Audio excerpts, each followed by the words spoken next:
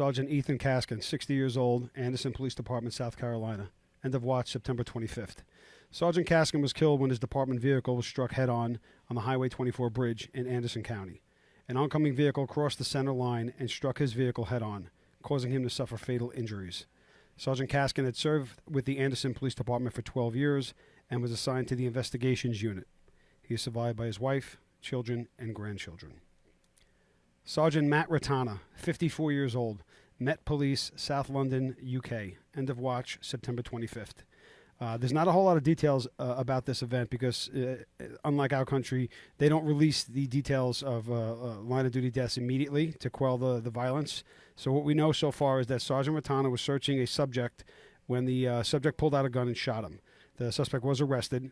Sergeant Ratana from New Zealand had previously served as a police officer from 03 to 08 before moving to the UK and going to the Met. Sergeant Ratana was a rugby coach in New Zealand, and a lot of the clubs there are honoring him with flags, flowers, moments of silence, and posts on their social media pages. Sergeant Ratana is survived by his son. There have been 80 line-of-duty deaths this year in history, dating back to 1854, when Patrolman James Cahill, 50 years old, of the New York Municipal Police Force, was shot and killed when he responded to a burglary and fought with two suspects who shot him. He was one of the original officers of the Municipal Police Force that was established in New York City in 1854. And in 1857, they transitioned from the Metropolitan Police Force and then eventually turned into the NYPD. Today, September 25th, is also the one-year anniversary of the line-of-duty death of NYPD Detective Brian Mulkeen, 33 years old. Detective Mulkeen and his team were attempting to arrest a man with a gun in the Bronx when the suspect shot 5 times. Officers returned fire. Detective Mulkeen was struck and killed. Detective Mulkeen served the NYPD for 6 years and was assigned to the Patrolboro Bronx anti-crime unit after his service in the 4-8 precinct. He is survived by his parents, sister, and brother. Today is also the 46th birthday of our fallen brother, Charles Robert, BBO member and officer in the Glen Ridge Police Department. Charles's line of duty death was April 21st of this year while fighting off the COVID-19 virus. Today's his birthday. Charles is survived by his wife, 3 children, and thousands of friends and family. Rest easy, brother. We will now take a moment of silence to honor the fallen police officers, firefighters, and first responders, and veterans that have paid the ultimate sacrifice.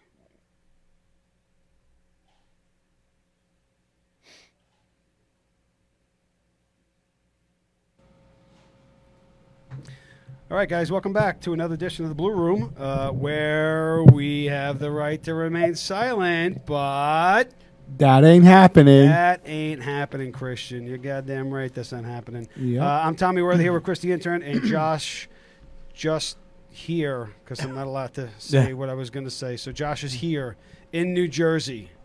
Yes. The hat I'm wearing right now, Mark Kimsey, a.k.a. FXM, BBO member. There were some events going down this week in Tennessee that we'll talk about a little bit later, but that's the hat that I'm wearing today to honor him. We'll do a quick check-in. You're tired, so I guess you probably don't need really to say much more about that. You're just tired. Yeah, right? No, I'm just tired. All right, good. A group from the charity had gone down to Tennessee. Mark had passed away unexpectedly. I guess if it is or ever an expected death. He was a lieutenant with the Hamilton County Sheriff's Department. So a group from the charity Bros Before Others, they went down to Tennessee and met with his daughter Julia, presented her with a canvas portrait that Johnny Castro had done. They presented the department with hats that they had made, that hat right there, T-shirts, stickers, bracelets from Laserworks. What else do we have? They. Yeah, then. They. Yeah, what else did they? Yeah, I'm fired out. But you know what? You know what I did learn over the last period of time? I don't travel well without my wife. That's what I've come to. I know. Listen, you got to make your own sandwiches. You have to be told to brush your teeth. Well, no. Yeah, I don't have my bell. I don't have my foot bubbly machine that massages my feet, and I don't travel well without her. It's becoming increasingly becoming a problem. All right, well, guess you got to start taking it with you. Let's not get that excited. All right. Before we start, we did have a couple of guests tonight that Stephen Murphy and Javier Pena, the DEA agents who were depicted in the TV show Narcos, who took down Pablo Escobar back in the 80s. These guys are coming in tonight to share their stories with us, but Javier had a death in the family or a close friend, and so we pushed that back a little bit. We have another date for that show, October? Yes, October 22nd. October They've been 22nd. rescheduled for. So So our condolences go out to Javier. We're definitely going to have those guys in. Also, I want to give a big shout out to our sister and BBO member, Christine Casilla, a.k.a. Christine Reyes, NYPD homicide detective. She retired 2 days ago. God bless you, Christine. Congrats on your recent nuptials to fellow NYPD detective Tony Casilla. Nothing but good wishes and happiness for you guys both, and I thank you for your service. Good stuff. Before we get into our first guest, I want to go back to the line of duty murder of Sergeant Ratana in the UK, who was originally from New Zealand.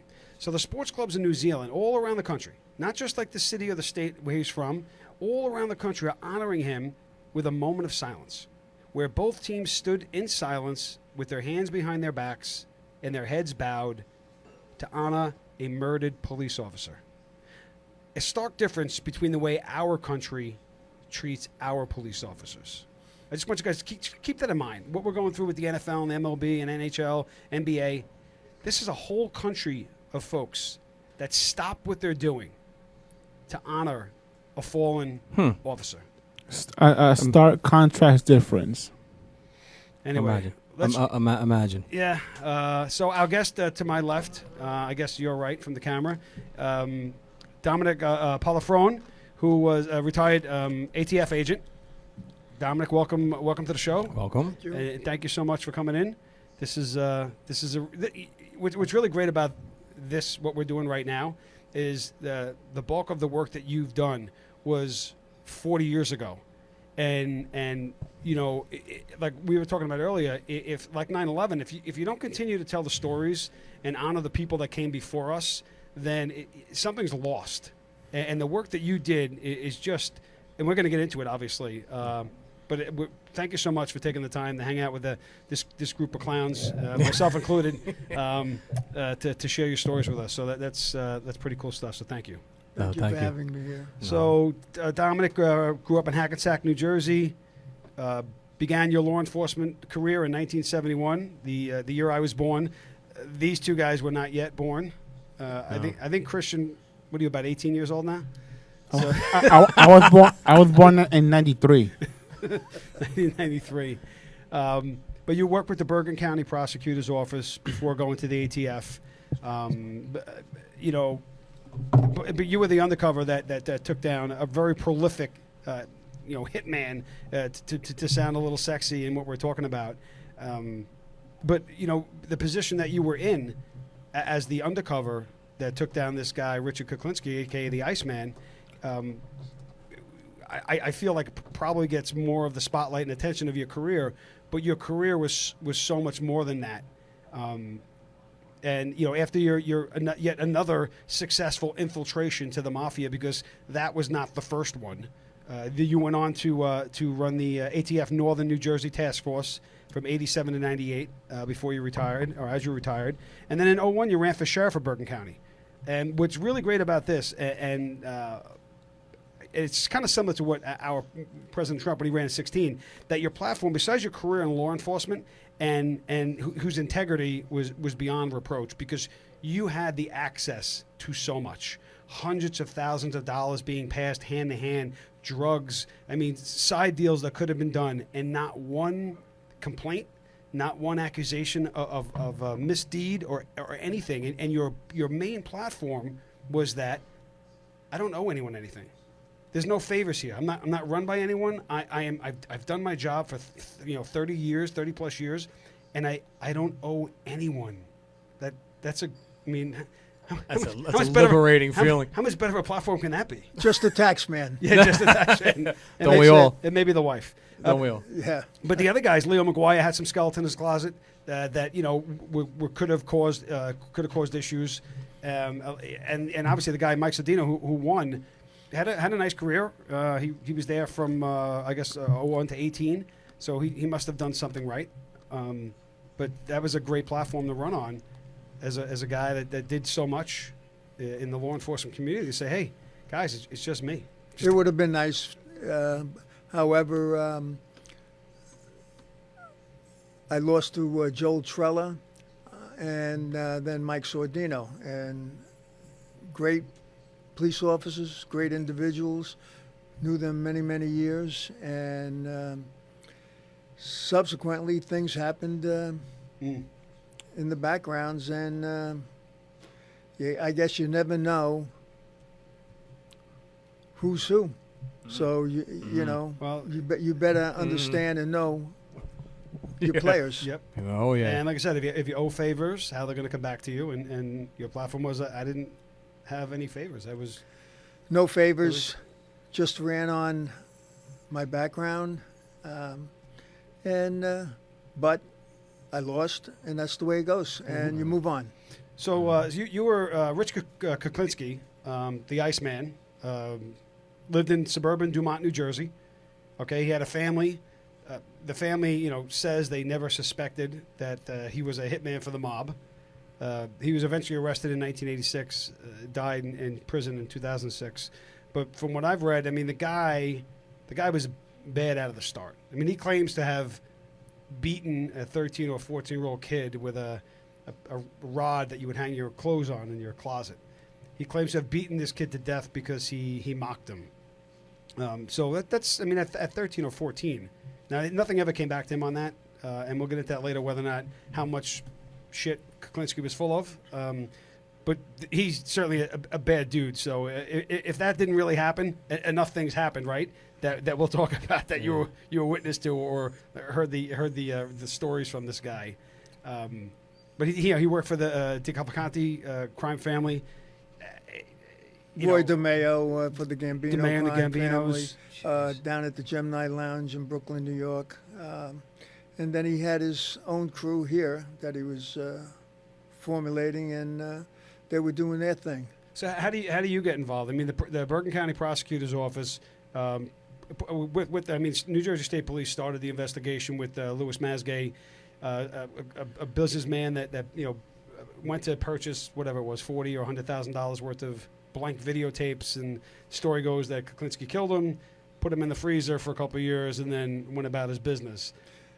They had information. They had a whole file on Richard Kuklinski. The only thing is, it was circumstantial. There was nothing definitive, and they couldn't place him at these locations. So on all the murders that they had alleged that he committed, it was all circumstantial, and they needed the direct evidence from him. And I was just finishing up working in New York City, and I was transferred to New Jersey. And Alan Greco, who was the chief of detectives then for the Bergen County Prosecutor's Office, worked in the homicide squad there. And he was with the state, and they called me in and said, listen, we'd like to talk to you. Can you come by? I came by, and they had a folder.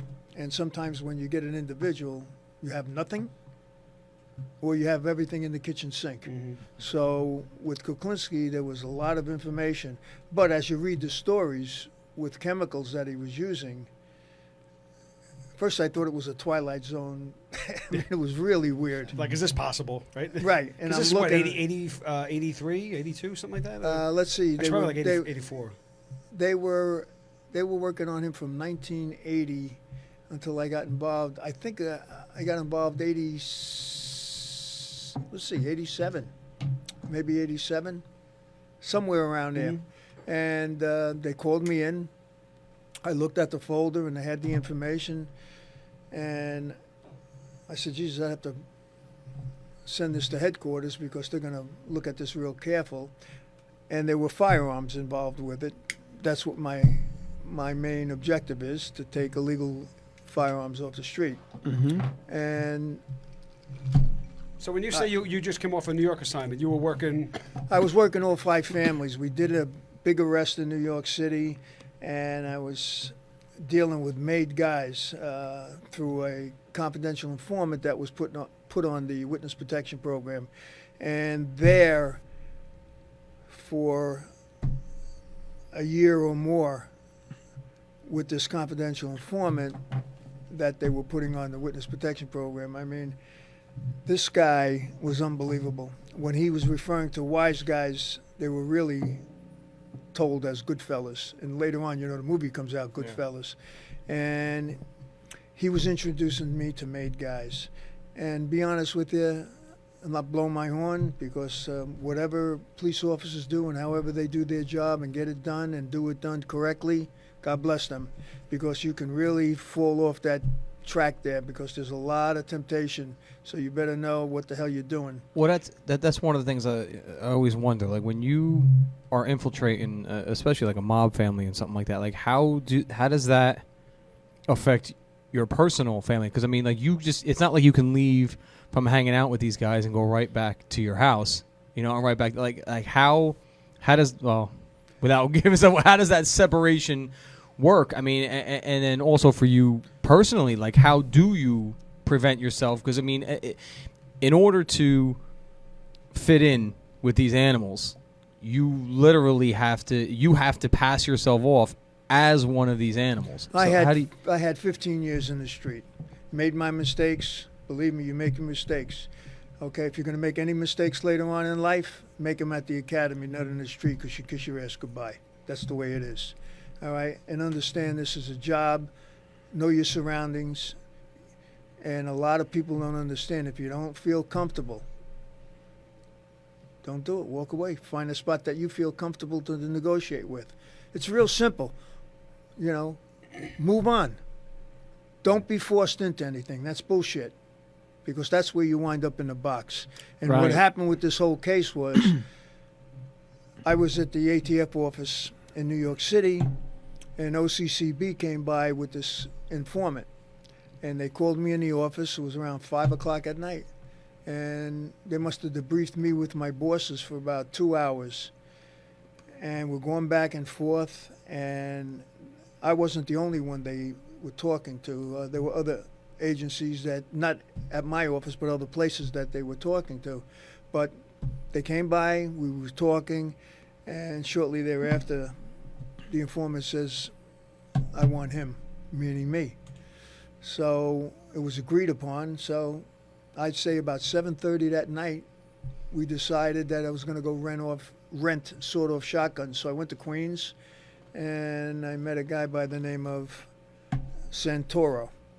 I'm not going to go into first names and all that. No. I had a made guy, and I rented sawed-off shotguns. He thought we were going to rip off Humbles from an individual. He'd get part of the booty.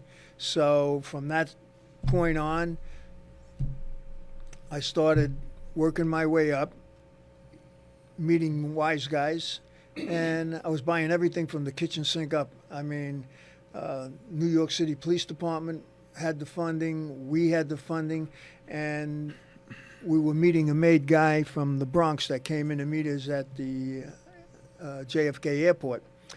And he comes in, he's dressed to the nines, and I'm in the apartment, and it's wired. And he comes in, and we're negotiating for heroin, $10,000 an ounce. This Wow. heroin. Jeez, an ounce. So I said, man. And so it's a lot of money. New York City Police Department gave me $30,000 cash. Joe Coffey was assigned to that. He used to run the OCCB in New York City. He did a lot of things in New York City. Great cop. And I gave the wise guy $10,000. Off he went, and he called me every 15 minutes. Where his whereabouts were, and about 2 hours later, he comes back with 2 other packs. Now, don't forget it, we're fronting the money. nobody fronts money. Right. So this is going to open up the door like you wouldn't believe. And then I give him the other 20,000 for the other packs. He leaves. I'm golden. Right. Right. That kind of business And later deal. on, I'm getting things on consignment. Now, hold on. With a name like Dominick Provenzano, I use Dominick Provenzano because I met him when I was a kid. He ran the unions, and my uncle. I knew him real well. thought Dominic Parmesan was taken. It is taken at this point. So I said, what good name could I use? And I used Dominic Michael Provenzano. And a lot of guys thought my brother was a good fella downtown, would never question me because everybody's earning money. So when you earn the money, who the hell gives a shit who the hell you are? And you showed up at 30 Lodge, so it's like he's golden. And you're golden. And And silences to heroin to machine guns with silence. and I'm getting on consignment. this infiltration, this specific one, this is designed specifically to get Kuklinski, or this is just Kuklinski's not even a thought. not even on the radar. Not even on the radar. He's on the radar, I believe, through the county and the state, prosecutors. Yeah. but no, So he wasn't on the radar. You were working on taking down the mafia family. You're talking about the Colombo, the Gambino family. No, this was Di Calvante. It was Jersey because you were doing well. Actually, that was probably the Gambinos. That was 5 families. That was Kuklinski, most of that in New Jersey, and I did a couple of other things. But New York was your traditional 5 families. And when they did the raid, I didn't realize, after a while, and I was really moving up the ladder. And what I would do was, I had the knack of really moving on, and so they'd introduce me to A, and I'm buying whatever he's selling. And then after a while, I own him. I really own him. Yep. I said, you know something? I said, I'm looking for something, much more. And you'd bring a friend in. And then I'm negotiating with a friend. And he would come during the deals. He'd get a piece of the action. Then I would tell the friend, say, look, do me a favor. I don't need this fucking guy next to me all the time. You want him here? You work with him. Or you and I are going to earn. No problem. Then he and I earn. Then I'd do the same thing. I'd work right up the ladder. God, before you know it, you would know who's who. So I said, who's ripe down the road right now? So let's say I got 10 to 15. We went up with close to 68 people, associates and made guys when this arrest went down. So what happened is in between, who's the weak link? Now, you don't know who introduced who. Mm-hmm. I'm going to take, let's say the 10th person down. All of a sudden, he's cooperating. He thinks it's his buddy who gave him up. Sure. But it came all the way from down the line all the way up. So they couldn't figure anything out, and they were pleading guilty and everything else. Jeez. But some of the guys, this is no kidding, they'd call me up and says, you got to meet New York Police Department at the Meadowlands. I want you to meet Harry the Pick. So I go meet Harry the Pick. He's from Queens. This is no bullshit, man. This is Harry the Pick. Harry, I meet. Harry flies all over the country for the mob. He can open up any safe. He gets 10% of the booty what's ever in the safe. He's telling me stories in Queens and all this. We identify him. These were people that if they ran the country, we wouldn't have a deficit. Wow. I mean, if they used their criminal minds for good, it's unbelievable the way they operated. Are you married at this point? Yeah, I was. And are you living with your wife in the same? Like, how do you work? I wasn't driving. I wasn't. Home No, I wasn't. Followed or something? I had all different types of cars. When I did come home, my neighbors must have fucking said. One day it was a jitney cab. One day's a new Lincoln, a vet. They didn't know what the hell I did. But I came home. The sad part about this whole thing is working deep, and you're hardly home because that's what I was wondering. Working constantly. I miss my kids playing baseball and all that, and when I get a chance, I'd run. Maybe there for an hour, then I'm leaving again, and you can never get that back. See, and we're going to get to this again, and I'm going to bring it up now, so you can keep this in mind while you listen to the rest of this story. Anybody that questions the need for law enforcement or questions the sacrifices that law enforcement make, law enforcement done right. I mean, think of what this man, gave up and missed, to go after a monster that nobody else is dealing with. Nobody else is getting in this guy. You're seeing the sacrifices, firsthand that are made. So you're here. You're UC for a year before Kuklinski reaches out and actually realizes now is a guy I can trust, and calls you up basically. Hey, Dominick, let's meet. Let's talk. It was just one of the things. I'm hanging out at the store in Paterson, New Jersey, and before that, believe it, I'm working on a guy, and he had a lot of connections from overseas and everything. His name was Maurice. I'm not going to say the last name, okay? And he owned a lot of places in Paterson, and he was giving me stuff on consignment and stuff, and there was a lot of things going on that I was buying in Paterson and then in Newark area, and then hanging out at the store, and then John DiGilio was a made guy that was from right here in New Jersey, Hoboken area. He would come in and he came into the store. He was looking for a guy. They were gonna break his legs for a while because he didn't make the right payment for the VIG. So they were going down to the longshoremen down by Newark, and we're gonna teach him a lesson. So some of that stuff that comes out that you can't even make a telephone call. You're in that place there, and these guys are wheeling and dealing. It's like we're going right now. We're going right now, and you just take it, and then mentally you're taking these notes. You just can't run to a fucking phone and drop a dime and say, "Hey, you better get people down there because it ain't happening." Not like today. Oh, hold on a minute, guys. Well, that's just, that's just it. I mean, you'd have to think that cell phone, this age now has got to make that kind of work so much harder. Well, you still couldn't take your phone out, though. I mean, yeah, you're not gonna. Let me tell you something. It's got to be up here. They're probably patent guys for cell phones as much as they are weapons now. I remember the time walking in a store and I'm selling my stuff, and I remember the guys offering me counterfeit currency outside, and then they'd have the Cinzano umbrellas. They'd hijack a whole load of truck, and believe it or not, they had cars lined up where they were just shoving the umbrellas in the cars to get rid of them. Well, anyway, the ports, Newark, JFK was, JFK was a sieve. My father worked security there for years. JFK was a sieve. They were so smart that in the store, that if they hijacked let's say they hijacked a whole load of coffee, so they'd have 2 cans of coffee there. Okay. Right? Police come in.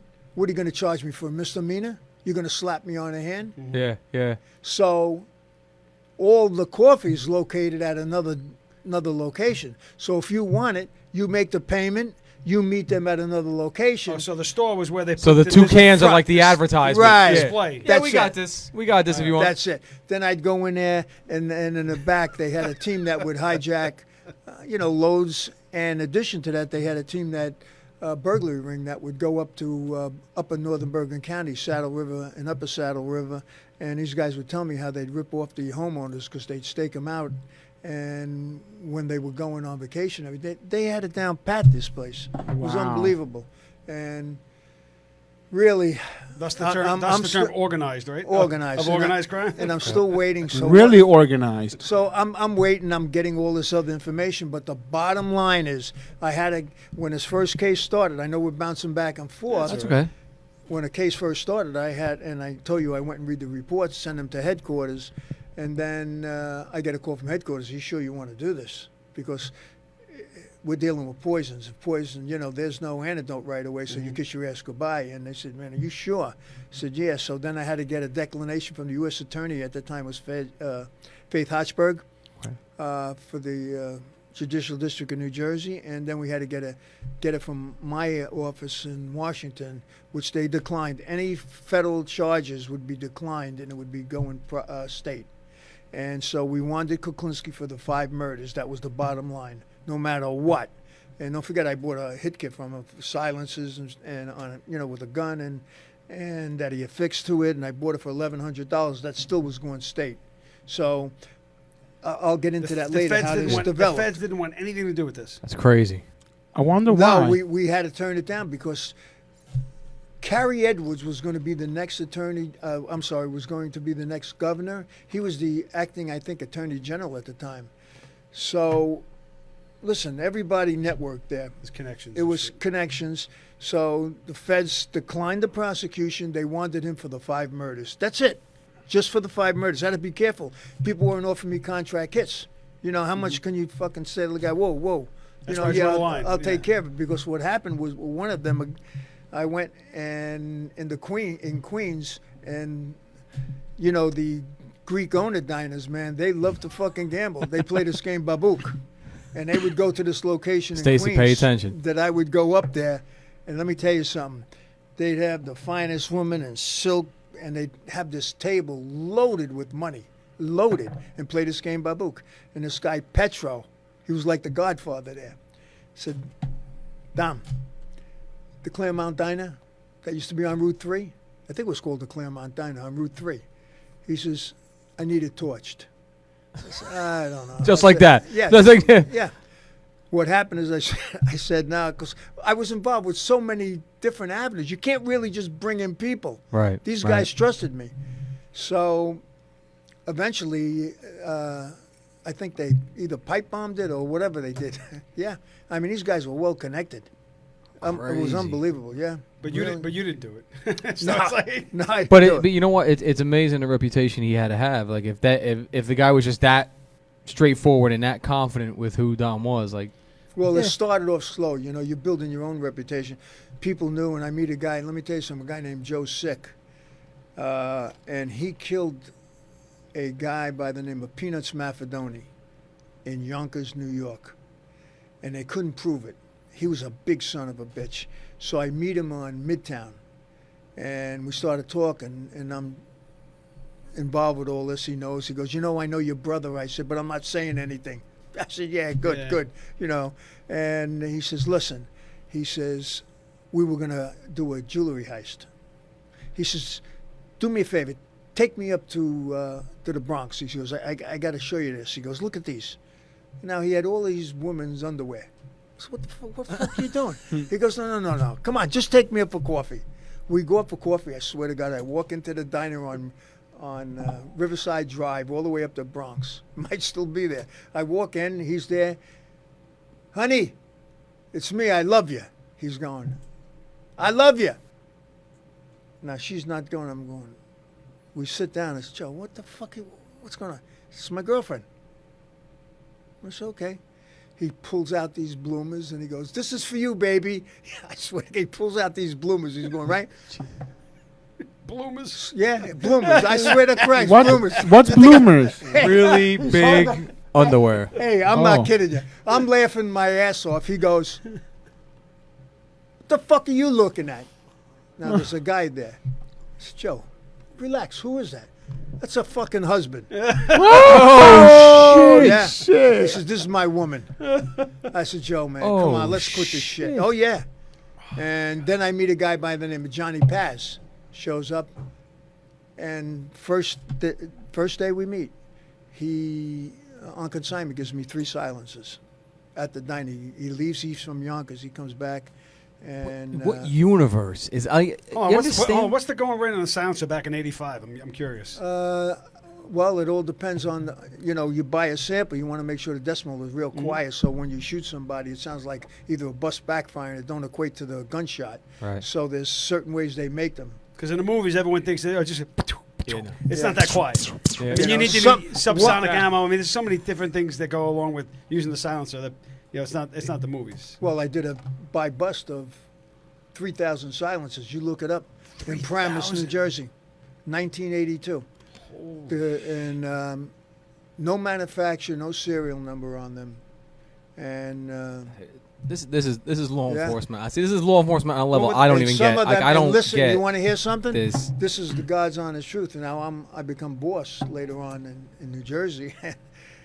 And all of a sudden, the marshals come and they say, Dom, we have a court order for them silencers. I said, what do you mean you got a court order? We destroy them. He says, well, I'm coming to the office. So I think it was Glenn Cunningham. He used to be the U.S. Marshal here in Newark. Comes and he's got a court order that these are to be released to naval weaponry in Indiana. They're coming with a truckload and picking these up. It's okay. There's the court order. They have it all on the weapons. And about a week later, I get a call, and I never forgot the call. And I'm talking to him, and he says, "Listen, we're picking them up. We have the police out there, and everything. They're going to load them up on a truck, and they're gone." So I said, "Let me ask you something. What are you going to use 3,000?" He goes, "Oh, my kids." He goes, "Listen to me very carefully. Just look between the lines, okay?" I said, "Okay." He says, "They're quiet. There's no manufacturer written on them. U.S. and no government. serial number." No. He says, "You read where I'm coming from?" They don't exist. I said, what he's I saying. swear to God. Yeah. And they took them. say They no took more. all So were 3,000. they legal? If they were done legally through the ATF, then was it Well, legal you to have, get? you I think have to get to, the tax Was stamp and was stuff. allegedly was Hillary Clinton buying silencers at that time? Allegedly, Maybe, I don't maybe. know. I'm just asking. I mean, Maybe, I don't know. So in '85, was that happening? could you go through the process and actually get a legal suppressor? You with the- can, with but the, you have with to the go tax through stamp? the Yeah, paperwork. the ATF, yeah. There it's are tax people, stamp and whole nine. you could get them, but you're going to pay a tax. You got to Yeah, go yeah. through all this paperwork through ATF. And the people that were buying them weren't going to go through that process. I'm No. just curious because there's a different level of criminality here. No. If you like in New York where they're not legal at all, I would think that the level of criminality is going to be a lot higher than a state that they are actually legal, but you just didn't. I've go through the seen process. some, that were manufactured and serial numbers on them. And I've been where they test them, and some are loud and some are quiet. Mm-hmm. It all reads on that decimal reduction. Well, like I said, it's all about the who's taking my cup. I guess I'm not going to have a rye. Also the subsonic ammunition. If it shoots under 1,000 feet per second, it's subsonic, so it reacts differently. But again, those guys, it didn't matter. They just know that it went from sound-wise here to here, and they thought it looked cool. Like, Well, I'm an official gangster now. In my opinion, the high standard 22 with a silencer was the best quiet. I mean, you get a good little you round. get to know these, and I went to up by off of 15, the military base there. Pickens also. yeah. At the time, they would dissect the silencers and see what's in them and how they were manufactured and made. Amazing. Unbelievable. So Yeah. everything that you did, you had to report back. So you had the feds that only wanted the homicides. So you had to report. No, the feds didn't want the homicides. The feds declined everything. Oh, they wanted nothing. I thought the feds wanted the homicide, and the state No, was going to take everything else. the federal government, ATF, and the Judicial District of New Jersey Said would decline nothing. the cases because they wanted the murder charges to go state on Kuklinski. Oh, okay. So And, they and why wanted is everything. that? Why is that? Because of the politics of it. The feds didn't want to say we prosecuted them. Put it on the state and let the state deal with it. The state was very interested in taking him off. I guess they worked many years. Don't forget, from 1980 they started it, the state, and they continued it till around 87 or 88 when we took him down. So everything goes to the Bergen County Prosecutor's Office? It goes through the Attorney General's office. Gotcha. The prosecutor's office, the state police, the attorney general, ATF were involved with the task force. Because once I do get that telephone call and they say, "Hey, Dom, the big guy wants to meet you at the donut shop," I said, "Tell him when." And I just happened to stop at the store, and he says, "How about in a half hour?" Now, this wasn't planned. I go to the Dunkin' Donuts. And here comes this motherfucker growing like the Jolly Green Giant. I mean, he was a big dude. Right, he was like 6'4", 270 or something like big that. What? dude. He gets out of his Camaro, man. I'm in my Lincoln, and I'm saying, "Man, you did so many undercover. Just chill." And Camaro. He was just growing. That's like getting out Yeah. of that's He like had getting out of a a Camaro. Matchbox car, right? Yeah. He got out of this blue Camaro. I never forgot. It was like yesterday. And he gets out, and I'm saying, "Holy shit." And he's got these orange tinted glasses. I said, "Whoa." So I get out of my car. We shake hands. We walk in the donut shop. And ironic about it, around 10:30, 11, we were the only two in there. It was just happened to be. We Yeah. walk around the side. Wasn't irony. No. Yeah. So we sit there and just talk in general, and then he goes, "You do coke?" I said, "No, I don't do coke." He says, No. "Can you get coke?" I said, "Yeah, I can get it." He says, "Well, what do you get a kilo for?" This is our first conversation. And I said, at the time, I think it was going for a key around 30,000 or something like that. And Damn. He says, you know, I can get it for about 28. I said, you should go with your guy if you can get it for 28. He goes, but you know, the only thing is I don't know if I can trust him. I said, well, you must be a fucking dummy. Yeah. Yeah, if you're buying it. Well, Yeah, he but- looked but at me. He's talking to a guy he's never met before, right? For No, the most this is our part. first this God's honest truth. Our first conversation. He looks at me, and he had these tinge glare, like he's reaching in my soul. Who the fuck, like, are you talking to? Like, you know, I can feel him, like, trying to go inside me, and I'm looking at him like this here, and the longest 5 seconds, and he goes, "You're right." I said, "You bet your ass I'm right. You don't deal with people you don't trust." And he looks, and then he goes, "Can you get pure cyanide?" I could have fell off the fucking Jesus chair. Christ. Now that's the pure cyanide, he says to me, and I said, I got connections, but I said, one hand washes the other. He goes, what do you mean? I said, I'm into bang bang. He goes, I'm into the steel business.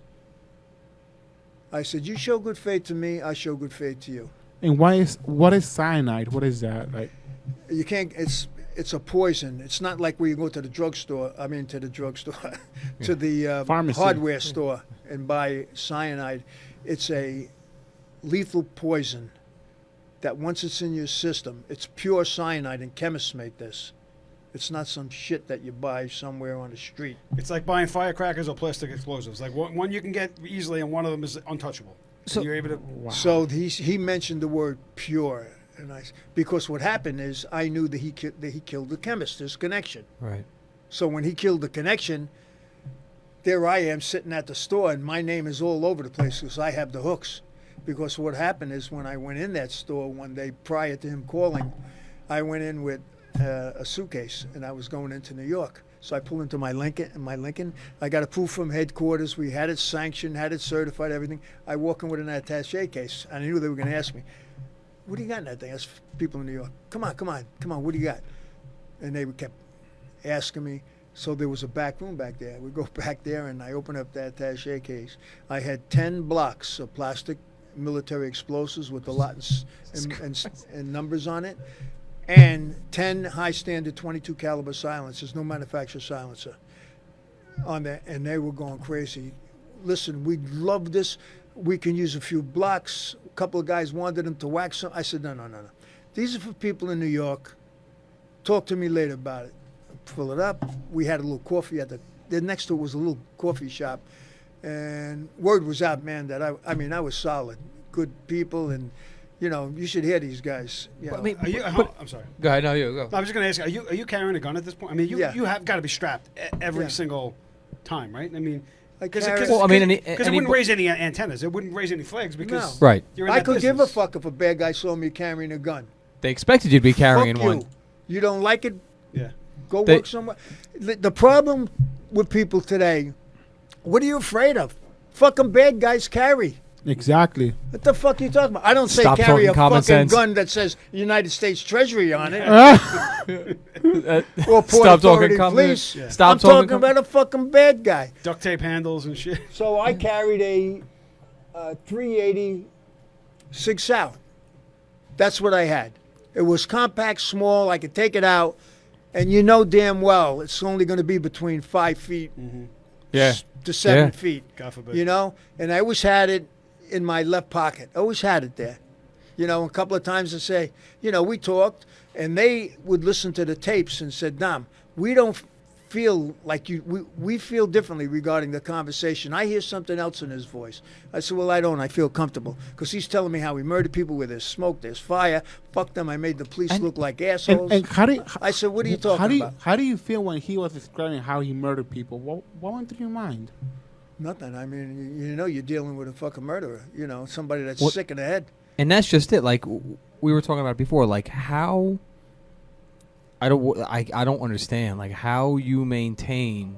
I mean, there's the human side of you, which I mean, you know, you're sitting next to an absolute insane killer, that unpredictable. Right. You know, proven unpredictable. And so the human side of you has to be processing that. Besides the fact that you already said you saw him get out of the car, he's a fucking monster. Well, what happened is sorry to cut you off. No, but go ahead. what I'm saying is, the homicide squad from Bergen County Prosecutor's Office was involved with this. And I said, because we were meeting at the Vince Lombardi service station, and he used a spray that he would spray cyanide and murder people, he would tell you. And I'm saying, if he pulls out a spray, this was a meeting prior, I met him several times, but I said, if he takes out a spray. Like a pump, like a spray in your face type thing? Yeah, because you're going to go like this. And you breathe it in. And you breathe it in. There's no antidote. So I said, you know something? I spoke to Alan and I said, I got to kill this fucking guy. I'm telling you, if he pulls out a spray, they gave me the green light. They handle the homicide. I said, because if this guy pulls it out, I'm telling you right now, I'm going home. He's not. So, I mean, is it like, I mean, it's almost like, see, again, I don't even know how you get in that mindset. Yeah, And there's no tells. Like, there's no tells. Is that amateur? I mean, No, you were that good, or was he missing something? Because, I mean, I can't, like, if I'm sitting next to him, well, sometimes I am afraid of him killing me. But if I'm sitting next to him and I'm worried about him killing me to that point where I'm looking for him to be pulling out an aerosol bottle and I know that I'm just going to have to put one right between his eyes. Like, I know me. I'm given a tell, either as a human from the fear side or from the cop side, where I just want to put fucking handcuffs on him right now. I got to be honest with you, and I don't care if people agree or disagree. Listen, I've been in that situation. I felt at ease. I was on the street for 15 years. I've been through a lot of different things, from dealing in cocaine to doing stuff in Miami to you name it. Okay, I've done it, and I felt comfortable. I felt at ease. And the other thing is, what I felt at ease, when we first met at the Dunkin' Donuts, then he made several calls. He says, listen, I'd like to meet with you. He was going to sell me the silencer. I mean, he picked the Vince Lombardi service station, okay? I said, fine. Let me tell you something. If he would have picked a fucking dead-end street or something that I didn't like, Yeah. I'm going to fucking tell him, Come to my hey, house. Yeah. no. We'll meet in the mall, parking lot. Right. You want something in transit where you feel comfortable. It's not, you're not afraid.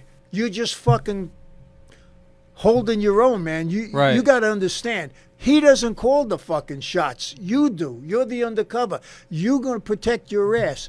You want the fucking money. You want me to buy. You come to me. I know you got the merchandise. Okay? Right. And then find somebody else to sell it. Don't come to me. And I'm Right. not afraid to tell somebody, oh, he may not come back. Fuck him.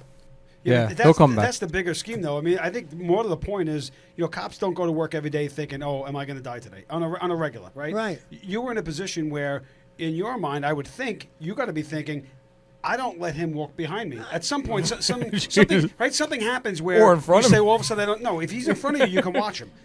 I don't want to walk. No, he never was in back of me. And I'll tell you another thing. We like cigars, right? Yeah. You know how many cigars he gave me? Fuck, you think I'm going to Zero. smoke them? Yeah. Or when we would get some coffee, I'd make sure when we got coffee at the Vince Lombardi service, I'd make sure that that's poured. I would take it, or a bottle with a cap that I'd open it. He's not serving me. I mean, the other thing is, too, thing. like, that's probably not really going to tip him off to anything, because he's got to know who he is. Yeah. It's like, fuck you, I don't trust you for shit. I don't care. So Yeah. basically, you had the mental psychology to handle such situation with a guy like. Listen, in the Kuklinski. beginning, they're saying, Dom, we have circumstantial evidence. Right. Okay. I need direct evidence. So I'm going to meet you, and I got to extract from your mouth how you murdered him. Right. Which he did. He told you how he murdered. know. Dom, you're not going to have any problem breaking him down, I promise you. So what Chris is telling happens on himself already. It's the same thing. Hey, once we started dealing, I can get the cyanide. He delivers me the hit kit. I pay him the $1,100. He's feeling comfortable. We're talking about all this murder and stuff. And then he goes to me, where there's smoke, there's fire. I said, what do you mean? He says, I made cops look like assholes. I said, what are you talking about? He says, I kept a guy in a box, the freezer, for 2 years. He says, and I dumped him. Now I'm getting the direct evidence. This come from his fucking mouth. He goes, yeah, and I dumped him. He said, and he says, when they found the body, he says, he looked like he was only dead for a week. Didn't decompose or nothing. And he's telling me all this, and this is all being recorded. And I'd be jumping out of my skin like, I'm yo, going, cuff "Holy this shit." motherfucker. And you know, and a couple of times afterwards we would meet and stuff, and he'd reiterate on that, and he says, you know, he says, I'm going to tell you something. He says, you know, Glad bags, garbage bags. I know. Yep. He goes, use them. He says they last longer. Now that's his sense of humor. Yeah. Wow. I'm Saying it but not saying it. Like yeah, he's you know, like tongue in you look cheek. at him, then you know, and he says, look, if you want to make an example, when I get an offer, I'm going to do a contract, and some people don't want it to look bad. He says, there's some people, you want his tongue up his butt, I cut it out and I put a canary in the mouth. He says, or you make it nice and clean. You give them a little boost, he used to call the cyanide. Give them a little shot of the cyanide. He says they fall asleep. And when they do the autopsy, they didn't look for it. Until this case, Dr. Michael Baden wrote a book where now they do look for chemicals cyanide. when they do the autopsies. Years ago, they didn't. Oh. And a lot developed, and we had a great task force. Bobby Carroll was the Attorney General, Deputy Attorney General, Paul Smith, several state police guys. They were great. We had everybody was working together. It was none of this freaking bullshit. After a while, you know, this is mine. I'm going to call a press conference. We're going to do this.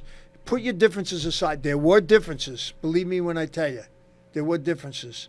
It had to be worked out, but it came together, and it should always be that something way. happens though. I mean, because he had not done another murder from the time you got on. So what was there was a trigger somewhere where you guys were like, all right, either we have enough information or Bobby Carroll thought we had enough of information. He said, look, after my case, after I would get the tape and I'm leaving Vince Lombardi, I'd meet Paul Smith. I'd give him the tape. He'd go back to the plant. I'd leave. And he says, okay, they're transcribing the tape and stuff, and they'd go over this and they'd go over this. And sometimes I'd meet him at this plant. And this is the truth. We'd be there sometimes till 2 o'clock in the morning, listen to the tapes. And I don't know how many bottles of Johnny Walker Black that we had on the wall with Richie's picture on it that we went through. And Awesome. talking. And it was, after a while, I told him, you know, kidding around, I said, I don't have any more fucking room to think. I said, I'm tired. I mean, I was going 24/7, like with this constantly, you know, working with him and going and listening to tapes and meeting somewhere and putting this together. And once the task force came, then they, you know, had wiretaps. The state had it. You know, the AG putting everything together. Then the grand jury getting all the tapes, the transcripts together. That listening to all the transcripts to make sure they're correct. Then they had to redact because it was too prejudicial. There was so much work involved with this, man. It was time consuming. And I remember when we were going to trial, you know, I was laughing, you know, this could be careers. You know, the guys were saying, this is, you know how long we've worked in putting this together. And once trial started, you know, and The chess match then. I was segregated from it. I couldn't obviously. go until I testified, and the tapes killed him. I mean, the one of tapes were very powerful. One of the Sean. homicides that he did, which kind of stuck out when I was doing a lot of the research for the show, was the guy. He had a business associate, we'll call him, basically a thug in his group, his crew of killers and. Well, actually, I guess they weren't killers; they were more like thieves. His crew of people was Gary Smith in the hotel. Yeah. So Christian, you'll love this. In the hotel, he uses the cyanide. Gary goes to the bathroom. He pumps the cyanide onto the hamburger, and then he comes back, and he's there with another guy, Deppner, his little buddy. And the guy eats the burger, and I read some of the article, and he was saying, and a lot of this was the jailhouse interviews with the FBI, and he said the guy just wouldn't go down. He ate the whole burger. He had enough cyanide to kill a horse, and the guy wouldn't go down. So finally, he looks at Deppner, and he's like, you know, take care of him, and he chokes him out with a cord from the lamp. If I'm not mistaken, he goes, you know, Dom, he says, we're sitting on the bed, and I'm watching him eating a hamburger. He says, and I'm saying to myself, this fucking guy's got a constitution of a fucking bull, he's saying to me, just like this. Just And he waiting goes, for him to fall over. And he's not. Finally, his eyes roll back. They're all laughing. Then he tells, I think, one of them to get the cord, and they strangle him. Then his laceration marks. And they throw him under the bed. For like 5 days. Yeah. So the story is that, now again, you don't know. Wait, how much wait, of wait. it's 5 true. days they kept him under the bed? He's dead. So Depp and his ex-wife were supposed to come with the car to take the body out. She didn't show up, and then we got to get out of here. They actually take the box spring and they cut it open, and they stuff him in there. And they put the mattress back on top, and it's there for like 4 or 5 days. People are complaining about the smell. Yeah. Holy And they finally call up the state police, and they're like, Jesus, it smells like shit in here. What's going on? And they start looking around, and they find this decomposed body Oh. under the mattress Yeah. that had been there for 4 or 5 days.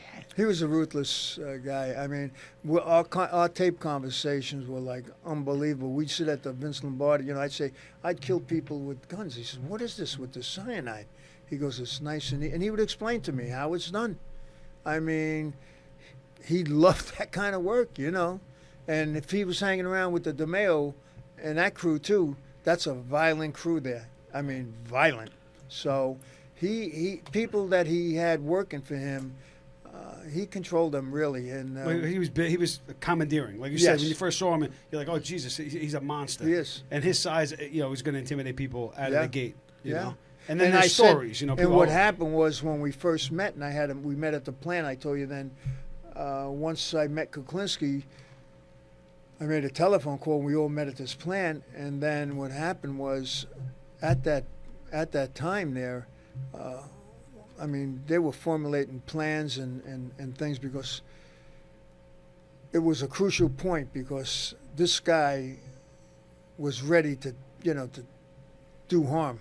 And it could have snapped and did it to anybody. You know, he needed money. He's just going to go out and whack somebody. So what I understood is Kuklinski, he's a contract killer. Well, I wouldn't say contract killer. Okay, with the DeMeo crew, he was told what to do. On his own, he set you up to he killed people that for money. benefited him." Yes.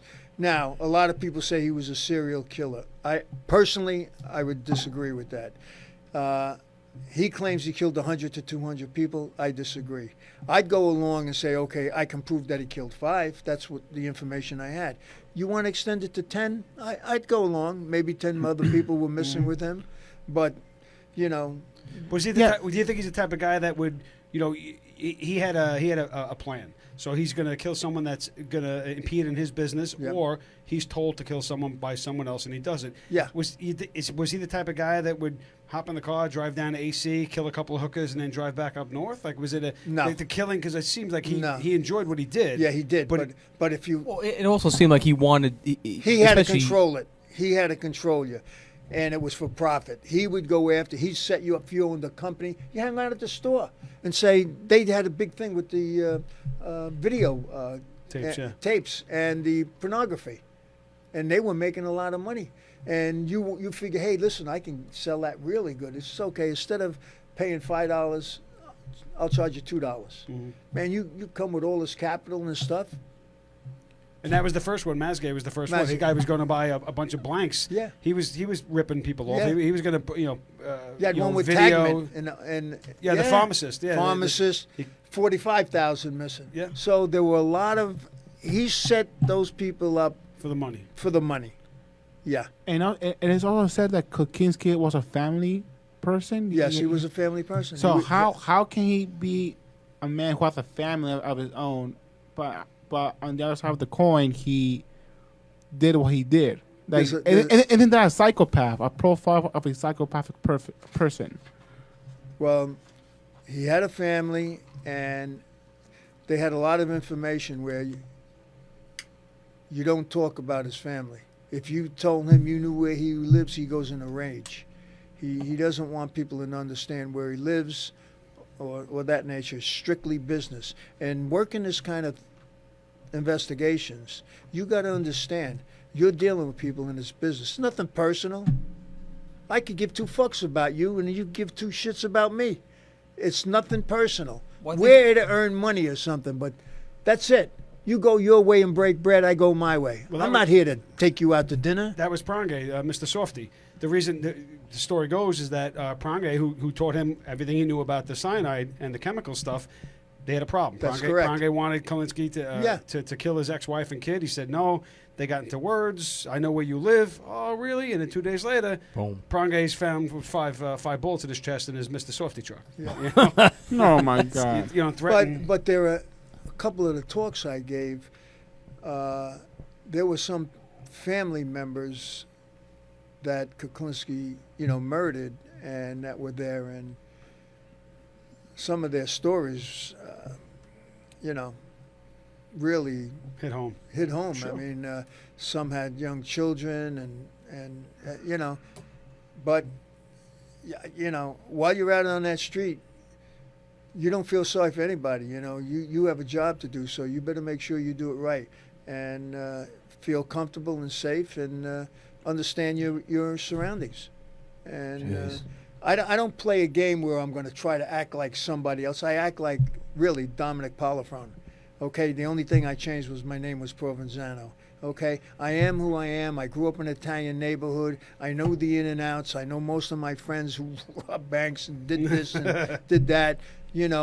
A way of life. I just happened to, hopefully, I went down the right way. So you've done a lot of interviews, obviously. There's been a lot of shows. There's been a couple of movies about this particular event, this guy. I'm going to take you back to 2012. ID Discovery did a show called Evil Eye. Oh, here we go. And the name of it was The Iceman Killeth. And it was a documentary. It was a reenactment. And there was a young actor in that on that show that played the part of the prosecutor, the Bergen County prosecutor. And that young actor is me. I actually played the part in 2012. It is true, but I got wait. But Tommy, but this listen. This I is can't believe what I'm hearing right now. Swear Really? to God. Swear to God.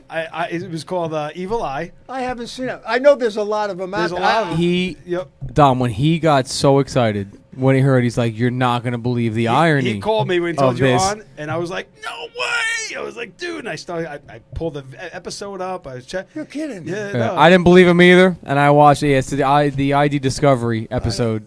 I know they've been on ID Yep. now, gangsters. Yeah.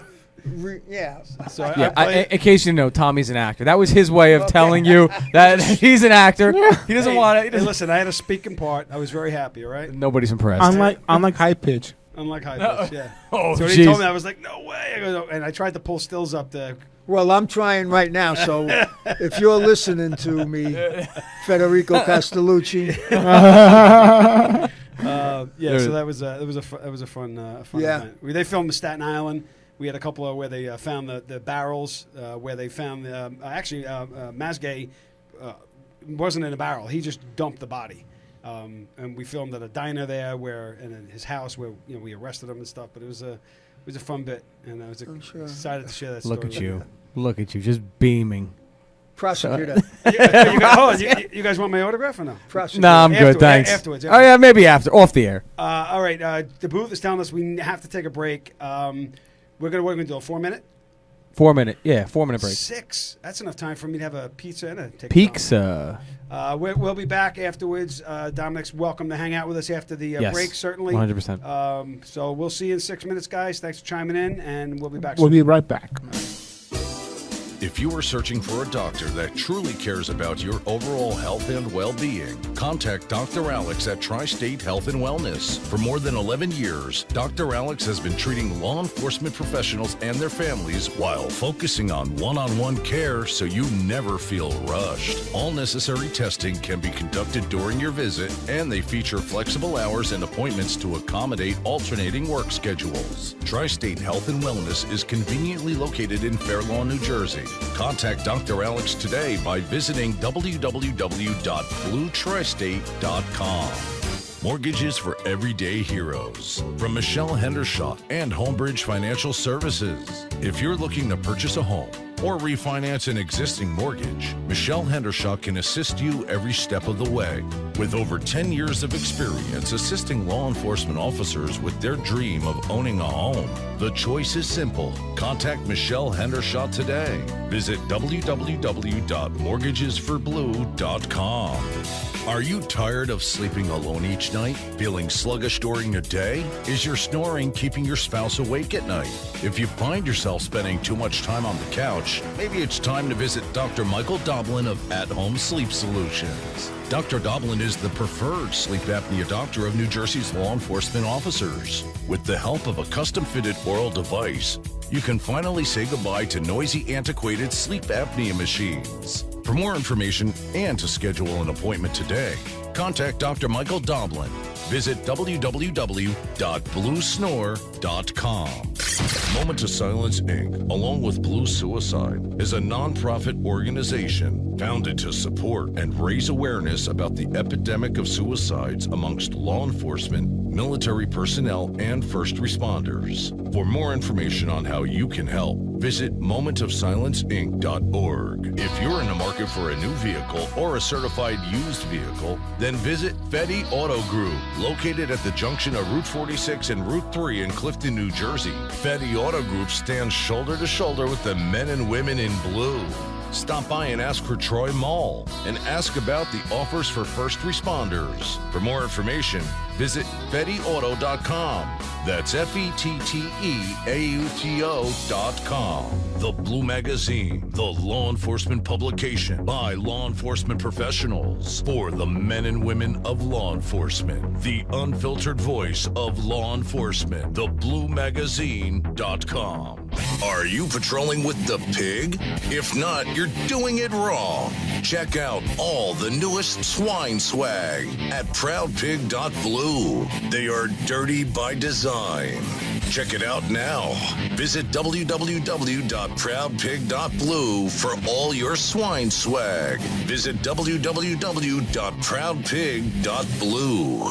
Resumes by Joe. Owned and operated by retired NYPD second grade detective Joe Federa. With over 20 years of professional resume writing experience and focusing on translating what we do as cops into language that the corporate world can appreciate. We put an emphasis on ensuring that your cover letter and resume will be best received by the applicant tracking system used by most companies today. Check out our website at www.resumesbyjoe.com or call Joe directly at 347-992-4523. Don't forget to ask about the 50% discount for BBO members and most unions across the country.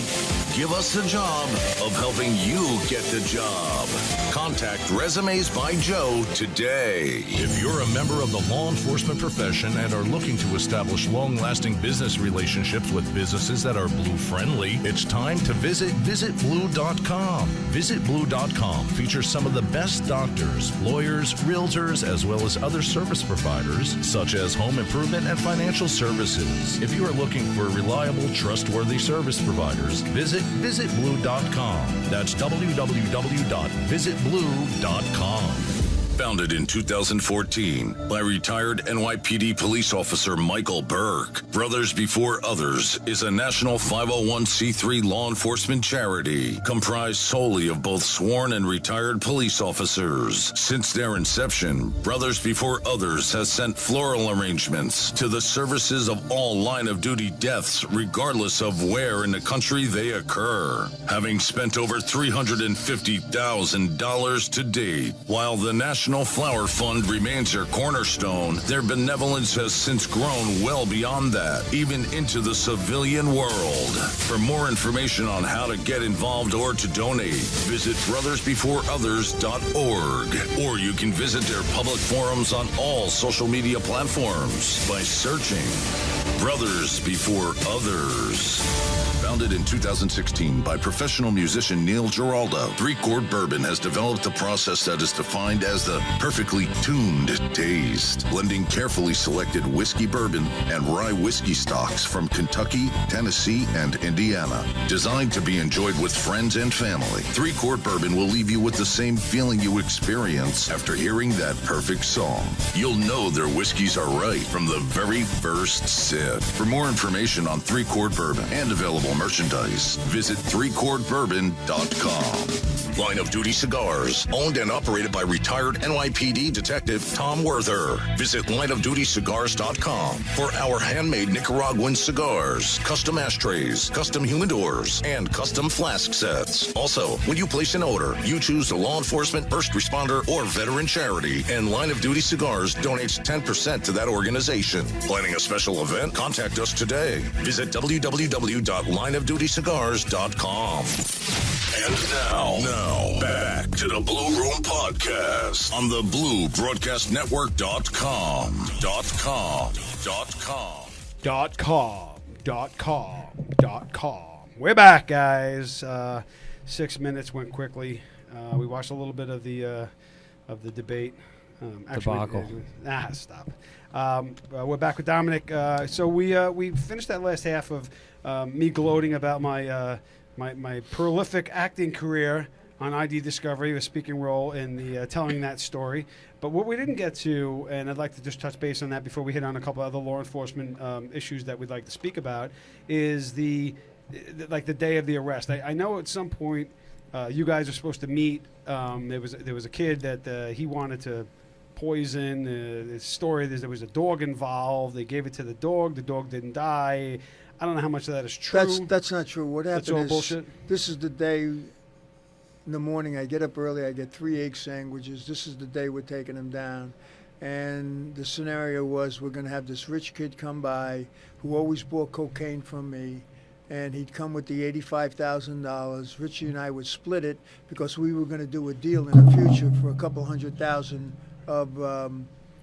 of weapons that he had in Pennsylvania. But I knew he wanted to kill me. We had a source that he was speaking to that Richie didn't know that was an informant of ATF down in South Jersey. So he had already had a plan for you. He had a plan for me. But the quote was, Richie used to tell me, with this, he who hesitates is lost. And that's what I told him after the arrest. But what happened was, I get the egg sandwiches. The state makes up the simulated cyanide. It smells like almonds. It's in a crystal. And I have it with me. We meet at the Vince Lombardi service station as planned. Inside, I meet him there. I meet him in the parking lot. And he opens up the trunk. He puts the cyanide in the car, in the trunk, and he's got plastic gloves. He's got tape that he used prior to other victims that he would put in a barrel later on. And I give him the sandwiches. We're going to give this, he's coming back with a van. And once we get the rich kid in there, we'll eat some sandwiches. Got the cyanide. Goodbye. Mm-hmm. Yep. So the plan was either we take him off there or we take him off at the house. They had 2 locations all set up already prior. So he says, I got to leave. My wife wasn't feeling good, but I'll be back. So I gave him the cyanide, and they decided, don't take him down there. I'm to stay at the Vince Lombardi service station. They had another unit at the house. And sure enough, they take him down coming out of the driveway with his wife. They take him down, a big scuffle.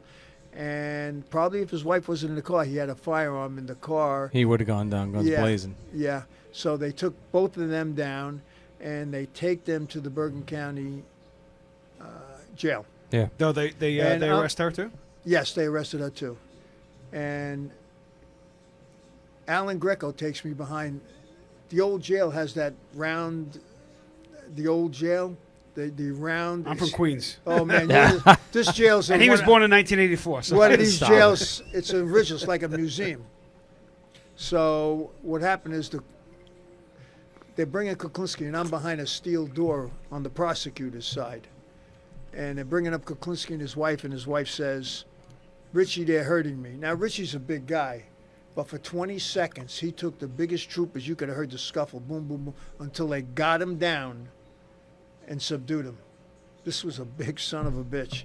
And they got him, and they took him back, separated him, brought him up to court for arraignment, and set a date for trial. He got 2 life terms, and then he dies in prison.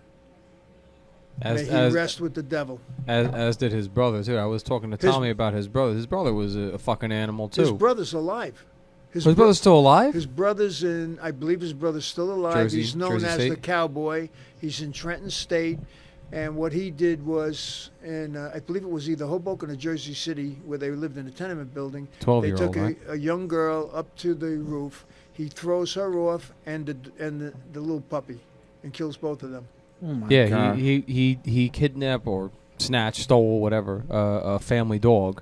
Then he goes to the 12-year-old girl and he tells the girl that he has the dog and he found it, lures her to an apartment, rapes her, kills her, and throws her and the dog off a fucking building. My God. That's a fucking animal. That's an animal. a replica of Kuklinski. Well, you want to himself. hear? I'm going to tell you something. They had inside people at the Trenton State that time. Remember they arrested John List? They finally got him through American Most Wanted. Yes. They find John List in Colorado, who murdered all his kids and children. I think it was either Westfield or some area like that. He murders all his kids. He disappears for I don't know how many years. They find him in Colorado.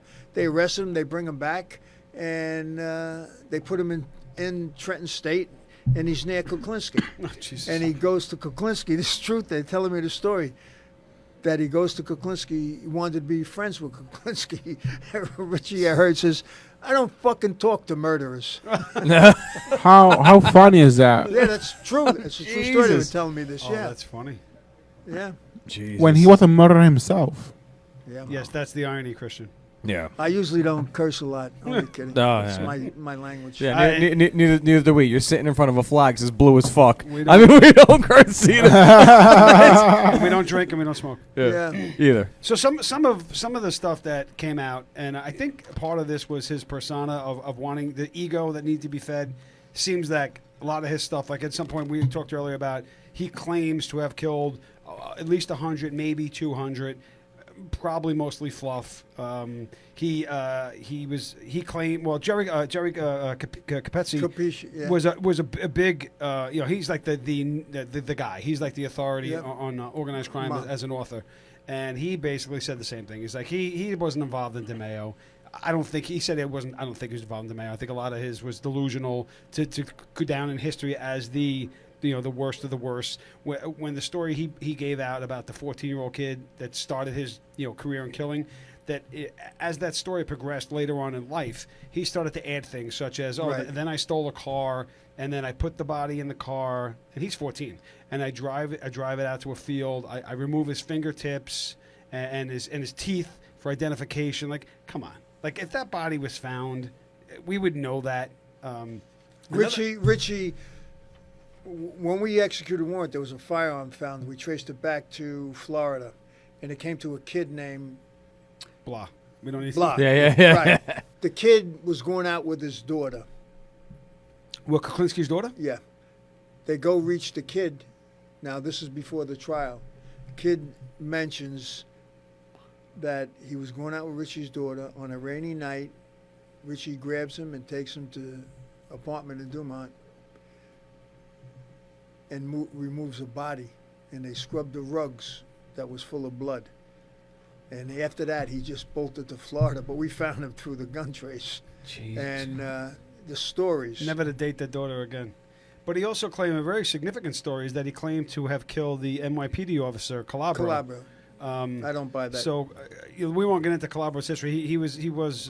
It was found later on that he was a dirty cop. He was running VIN numbers and selling them to chop shops and whatnot. Yes. But he implicated Gravano, Sammy Right, Gravano, Sammy the Bull. in the Gambino family, who was Yes. Gotti's number 3, who actually then became number 2 when he actually had Gotti killed. Well, had Gotti. He turned state's evidence against Gotti. Yeah. But was part of the Castellano hit. Yes. So Gravano is serving his time, and they go to Gravano and say, hey, look, he implicated you. He said that you wanted him hit, that you provided the gun and all the information, and he provided, he actually performed the hit. And they told Gravano, if that's true, and you admit to that, we're not going to add any more charges. You have full immunity. We'll just add that to the Kuklinski file, and we're going to prosecute him. And Gravano said, it wasn't me. Listen, he admitted to enough murders. He was in jail. 19. And doing, so was it? What did Gravano have to lose or win by either saying yay or nay? Here's the thing, though. back then was 80, 81 or something like that. I think it was 80. We didn't have the internet. We had newspapers and we had whatever news station you watched at the day. Right. Which So- again, back then had to be an advantage. It Yeah, had to be. So what did Kuklinski, or how did Kuklinski know the actual the details of that homicide to say, hey, I pulled over on the side of the road in Pennsylvania? Richie was in prison with some wise guys. I have the information documented. He's in there, and they started talking about stories. I have the names and everything, and it was, I think, written by Capricci, Mhm. where he indicates, what do you got to fucking lose? Sammy's a fucking rat anyway. Oh, let's throw another body on him. Let her throw it. Yeah. Now, So you think that was you an can't- FU to Gravano? That's the rumor. I can't substantiate it, okay? There's a lot more to that that's written. Because Yeah. again, it doesn't make sense unless I he know. just wants he wants to go down as the baddest Yeah. of the bad. Like, so why would he take credit for something he didn't do? And unless it was to hurt Gravano. Listen, they wanted Gravano. But whether you can substantiate that, I don't know. And the other thing is, I have the story from it. I have it with me. And, he loved the publicity.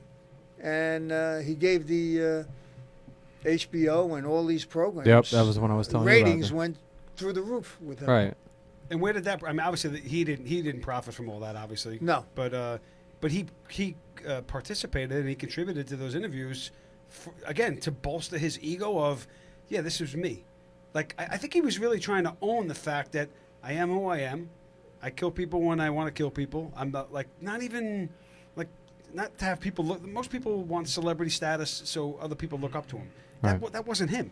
I mean, you got to be pretty Well, fucked up in the head to kill people in like prison, that anyway. in prison, actually, that's Dude, exactly telling Dude, stories. He was 6'4", 250. There was no one fucking with him in prison. Didn't matter. But what I'm hearing that Right? in prison, he was a model prisoner. This is what I heard. I mean, there's no, there were rooms, why don't you, how about we have it, we bring him in and he talks to you and you talk to him. Fuck, I try don't to want to get more. fucking talk to this guy. Yeah. For what? right. So you never testified. No, I did testify. It like stood in front of a jury of people. Yeah, you mean in the trial? Yeah, that's right. Yeah. I testified at the the first hearing, and the tapes killed him. They fucking sequestered me, and then I came in and testified. The court was mobbed, and I'm telling a story how we met and everything, and how Richie told me how he murdered these people, and then Richie. Now, me telling the story is one thing. Now you're gonna hear fucking Richie tell it and verify it. Now you're gonna hear something that his wife, they never heard. They're saying like this, and fucking they're screaming and running and going out of the court. Is he looking at you? I mean, are you making eye contact? Yeah, contact he's with his? sort of looking at me, he but- from his angle, you betrayed him. Obviously, that's his. You're like you. Yeah, you. Yeah, I could definitely. care less. Yeah, of but course, on of the course, second of course. on the second trial, there were two more bodies that he pled guilty to, and I remember Kugelmeister saying when he walks into the courtroom and it's on the newsreels they have, "Hey Dominic, how you doing that day?" I said, "Good, Richie, how you doing?" They ask why he talked to me. How the fuck do I know why he talked to me? So Kugelmeister says, like I told you, strictly business. He says, "How'd you murder these people?" And he said, one guy shot 3 times in the back of the head, one he shot in the back of the head. The guy didn't die, so he killed him With a crowbar or with something. the crowbar, Yeah. put him in a trunk. Mhm. He says, "You're on a strictly business," and that was it. Sentenced him Jesus. to bye-bye. I think that was the pharmacist. The pharmacist he One shot hit him in the head. He didn't go down. And when he go shoot him again, and the gun jammed. And he says, "Yeah." Then I picked up a crowbar or a tire iron, and I beat him with a tire iron. The prosecutor knows. Yo, yeah, I'm telling you. Look at him. Seriously, like, And he's got a very assertive part in there, too. If I recall right, you come over to the desk at one point, like, you know what I'm talking about. Like, really assertive. Such a fucking diva. Now I know where that comes from. Sorry, man. But now we know. See, he's always been a diva when he's here, too. But see, everything comes full circle. Now we know. You're a got You're a detective. You don't ask a question you don't know the answer to. If you're not enough well prepared, then you shouldn't be doing an investigation or an interview. Sorry, it's the way it is. Oh, my God. Yeah. Yep. Mother, you want the seat? You can take the seat. I have no. I No, scored I- 8.9 at my SATs. I would love him in that seat, Oh my Josh. God. Can you No, imagine? you no, do Chris- not. Oh, I can Christian- tell you about this investigation. The undercover part was one, but everybody had an essential part in each individual agency that really worked together and put this together, because this was had a lot of cracks in it until they formulated it, got everything together, and But 18 months, like that's like a lifetime, especially for an undercover. Like 18 months of this. well, I It's was hanging out just- at the place until, I meet him in September. So September, October, November, December, 4 months, and then we got the information, That's put him away. again, Okay. that's like that's Departed. DiCaprio's part, Yeah. Departed. Like that's real. Like this is real. Like lived that portion of this every day, waking up thinking what's gonna happen. The phone rings. Well, I probably no, there were no cell phones then. It was No. a pager or Pages. What, yeah, you just didn't know what was going to happen. You had to answer that and respond to it and hope that you responded the right way. Yeah. You had a family. Like it's just the pressure is just. Yeah, I can't it's right out imagine. of a movie. It's right out of a movie. I can't imagine. Thank you. Honestly, when you think about it, I say thank you genuinely, because if you guys don't stop that guy, think about what those numbers are. If someone doesn't start that investigation and you don't have the right people that jump on board and say, yeah, you know what, let's get this done. That guy, we talked earlier, he didn't kill 100, he didn't kill 200. Maybe 5, let's give him 10. I'll even push the envelope and say 15. If that investigation doesn't happen then, and that goes for like another 10 years, it could be 100. Easily. Yeah. Easily. If he's not stopped at that point, if you guys don't get your shit together and put him down, he could easily have killed 100 people. Well, they got their act together, and it really started blossoming. Believe me, a lot of hours people put in, and it worked. Did you guys celebrate a little bit? Did you guys go have a dinner? I would did. think like, hey, let's go We out did. and like. At an undisclosed location. Let's- Pop champagne. You can't just go right out in the street now. Yeah, pump some. I mean, it wasn't really after the trial. I mean, after the arrest, after the Yeah, trial. Yeah, it's done. Because then We we got know him. it's done, and then he put in for the appeals, and then he lost, and then Once that it's was done, it. the smoke And- Yeah. settled. And now long-term fallout. Any as far as threats to you, threats to the family. No, I get sometimes stupid things, or somebody will call me, and like there was this video on Macabre or something where I was the bad guy, he should have killed me, I was the rat, he was the good guy. I used to see some of this. I'm like, I don't know who puts this out there, but that's life. You're always going to get people, for whatever. If that's their reasoning. One thing you spoke earlier about the long-term fallout is that you look back and you say, "Hey, I didn't get to my kids' That's- holidays." personally, and, that- yeah, of course, that's of course. right. But also the emotional portion of Yeah. it. Now, this again, we spoke earlier. This was 40 years ago. There's no way that you can say that this stuff that still doesn't affect you to some point. Like I think about it. Like you think about it, like when you go it back has and to. you think back. Like I said, It- cops don't go to work every day and say, "Oh, I could have been killed." But I think back of some of the jobs that I had as a cop in the Bronx and think about it now, going, "Oh, I could have been killed that day." But you don't think about it then, but after the fact. But you do, and you see what everybody's going through today, and really, the cops, as far as I'm concerned, are your savior. Man, I'm telling you, without them, without that blue line, you have nothing. And No if you don't society. wake up, No you're going to call a civilization. bad guy. And it's funny because some of these, you read that all of a sudden when they get in trouble, they're calling a cop. Oh, really? Yep. Why don't you call a bad guy? Yep. See if he comes and help you. Yep. And There's no The social worker doing what you did. no, can't do There's it. no Can't do there's it. no social worker. There's no They athlete. haven't worked. that- They couldn't go into a situation because they wouldn't know what to do. Correct. right. And I believe police officers have too many hats. We got more than our share, Mm-hmm. but we try to do the best we can, and we got to back one another. That goes for all law enforcement, from Right. federal, state, and local law enforcement to work together. And even when you're retired, you're a brother or sister for life. Absolutely. And don't Yep. ever forget it. Absolutely. Exactly. Unicorn. Mhm. See? We was talking about. Yeah. Should we touch on some recent Yeah, hit events? it A couple quick, of and recent hit events? it quick, and then we'll. So the biggest one, I think, the war on the police, the war on police. The guy walks into an LAPD station house a couple days ago, and he gets in, and he winds up fighting with an officer, and he gets the cop's gun, and he pistol whips the cop. All right, is what it is. The cops, they got him under control. They didn't shoot the guy. He's under arrest. But like a local city councilman reported immediately that the cop was shot in the head. And this again, we often talk about like the false narrative of the mainstream media, and everybody is so quick to jump on reporting something. Oh, it's TMZ. It's But TMZ style. This guy's legit though. The councilman. Well, no, I'm They saying can- that's the No. mindset. Everybody wants to be the first. So he reported a 100% false statement. He went to the hospital to check on the cop. So I think he's a friendly, but you have to own your actions. You have to, when you're going to go public with anything, especially now in the police world, your shit's got to be tight. Unlike with Breonna Taylor, where everything was false. The fact that she wasn't in the bed, the fact that it was the right house, the fact that it was a no knock, but they didn't execute it as a no knock. The witnesses next door heard them banging on the door, screaming "police, police, police" before they breached the door.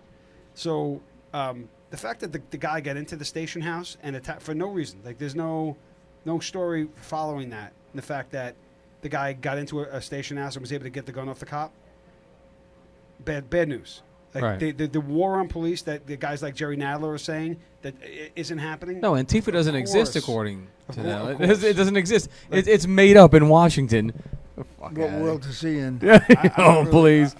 Dude, at Bend, Oregon Police Department, Bend, Oregon Police Department has now removed the blue stripe off their car. So Unbelievable. we all know, obviously, that the mainstream media and a lot of people that don't like cops are saying that the thin blue line flag, like the one behind me, is now a racist statement, They're- and it's wrong. Bend, Oregon Police Department is Tommy, I'm removing too the tired blue for my line. blood Shh, pressure to be up. Quiet and listen. Go ahead. Peeling. They got pictures of the cop with the scraper peeling the blue line off their police cars, like as in a sign of defeat. Like, I give up. Right? How do you take that line off that car?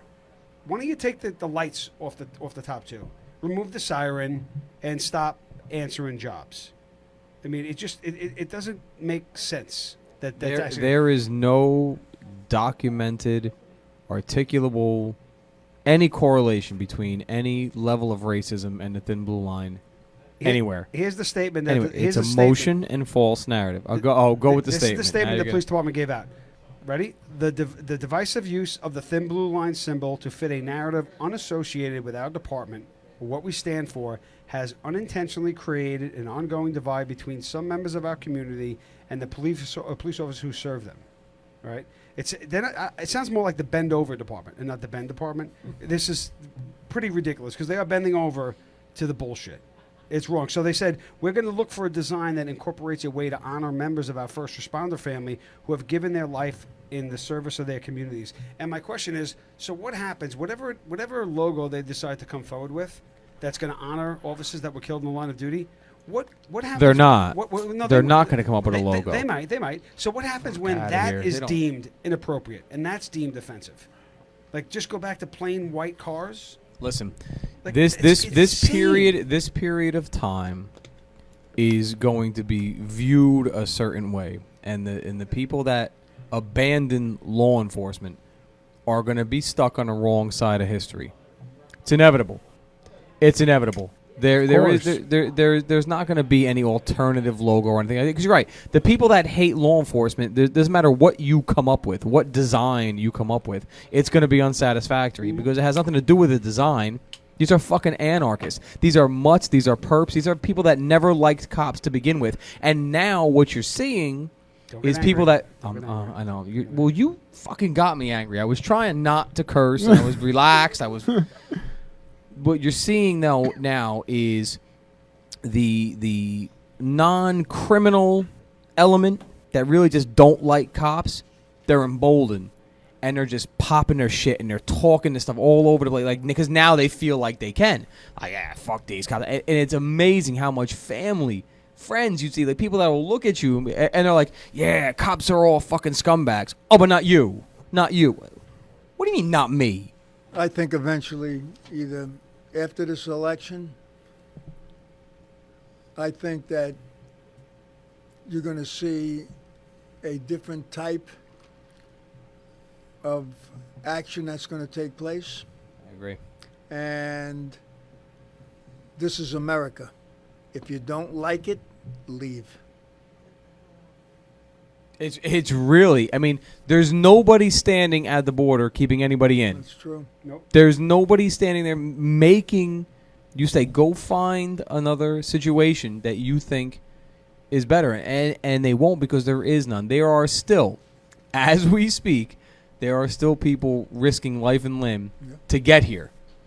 If we're that bad, how is that happening? Yeah. All I have to say is that people that That's hate not all you have the to thin say. blue line or the law enforcement in general are criminals themselves. Well, then I mean, I their wouldn't say conscience, they're their criminals. conscience does not let them be at peace. They're jumping on the bandwagon. They're followers. Correct. Well, yeah, and that too. They're sheeple. What I'm afraid of, honestly, what I'm afraid of is, I mean, listen, the inevitable take back, is just that. It is inevitable. I think the longer we let this kind of anarchy and this kind of chaos go, the more violent that take back is going to be. You brought up the election. Listen, I don't care what side anybody sits on. I'm going to say it because I genuinely believe it. I don't think there's any doubt Trump is going to win. I don't care if it goes to the Supreme Court. Whatever happens, whatever transpires between now and mid-January, we know Trump is going to win because the majority of this country still believes in America. Well, they support law enforcement. They support law and order. It's law and Correct. What scares me is order. Christian without pants. Stop. just Christian in general. Christian is sitting this close. Why are you to me. scared? Wait. If I'm president, why are you scared of me? Oh, Jesus Oh, please Christmas. stop. What scares me is, of all these kids, and they are kids, let's be honest. I mean, the overwhelming majority of these riots, the overwhelming majority of the most vocally vile piece of shit, I'm not cursing. Curse jar. Fuck. Twice. 17 to 30-year-old white middle class to upper class millennials. That's who makes up the most spoiled motherfuckers you've ever, who haven't put 1 ounce of sweat equity into this country at all. There is a small portion of them that are legitimately militant. And what scares me is when Trump wins, if something stupid happens and they try to storm the White House, they're not getting the White House. I don't think it's But- militant though. But here's the thing. How many dead kids do you need on the White House lawn for it to be one of the darkest fucking days in this country's history? I mean, I believe that there'll be another Kent It's going to University be it's gonna be- 2.0. It's going to be Kent University on steroids. On steroid. I mean, what is one kid?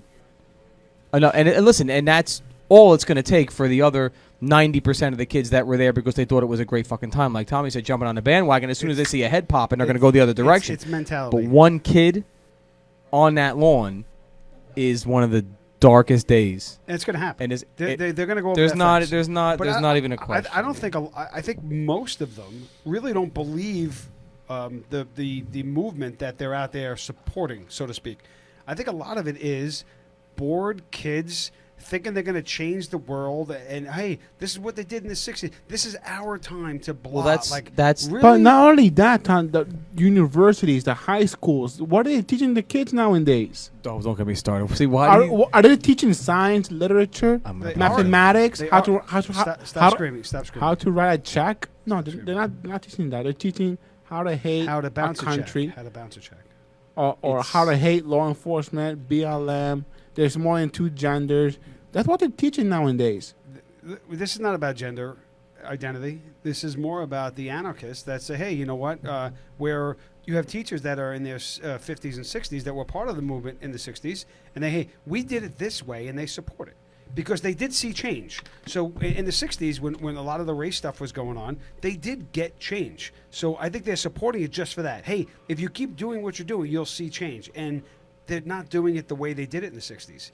Martin Luther King did not abdicate violence. Exactly. No. Martin They Luther support- King. support Martin Luther violence. I mean, King's he support marches violence. were riddled with American flags. But riddled. Civil disobedience, peaceful protests, and actual peaceful protests. and they got results. There were results, and I understand we need to make change. Continue. There's no place in this world where you could say it's perfect. Whether it's your house, your school, the city, your country, whatever. Where we're good. There's always room for for betterment. There's always room for that. And this isn't the way to get it done. I think what they're doing right now is the exact opposite. I think when you have people on the fence going, I'm not really sure, and then they burn down a city like Portland. By the way, 100 days of violence. Somebody's in financing Portland. it. Say it, Tommy. Of course, someone's financing it. Of course, someone's financing George it. Soros. The Portland Police Department. These guys, he have a bunch of cops, right, that are going to work every single day, and when they leave their house every day to go to work, they know in their mind that much like perfect example. You were going to work every day, and you knew in your mind, I don't know how this is going to end. I don't know how this is going to. This psycho could put a knife in my neck or a rope around my neck or a bullet in the back of my head. These guys are going to work every single day knowing that they have to deal with those protests every night. And they show up and they do their job. Okay? They don't sit around and they go say, I'm taking a sick day today. They know they're going there to get thrown rocks, sticks, baseball bats, Molotov cocktails. They know that that's happening. And the mayor, not the mayor, what's the governor's name over there? Kate Brown? Is that the Kate Brown? I had a piece on her. Where is she? Portland. No. Come on, where is she? I think it's Kate Brown. No. Hold on. We got into it, so now we're going to finish it. So here we go. got a lot of notes. Yeah, I got notes on everything, dude. Oh, so yeah, it is Kate Brown. She's the governor. She's supporting this. All right, she owns this. The DA, Mike Schmidt, is no better. He's releasing people left, right, and center for the rioting and what they're doing. They're burning their city down, and they're releasing them with no charges. Here's the thing, though. That's your perception of what should be done. What about the taxpayers that live there that are saying, I'm paying my property tax, but I can't walk to the store, or I can't send my kid to the store to pick up a gallon of milk and a loaf of bread because I'm afraid they're going to be attacked. There's a liability. There's a you owe them. There's a responsibility by the governor and by the mayor and then by the DA to provide safety for the citizens of Portland. But here's the thing, the citizens of Portland voted them in.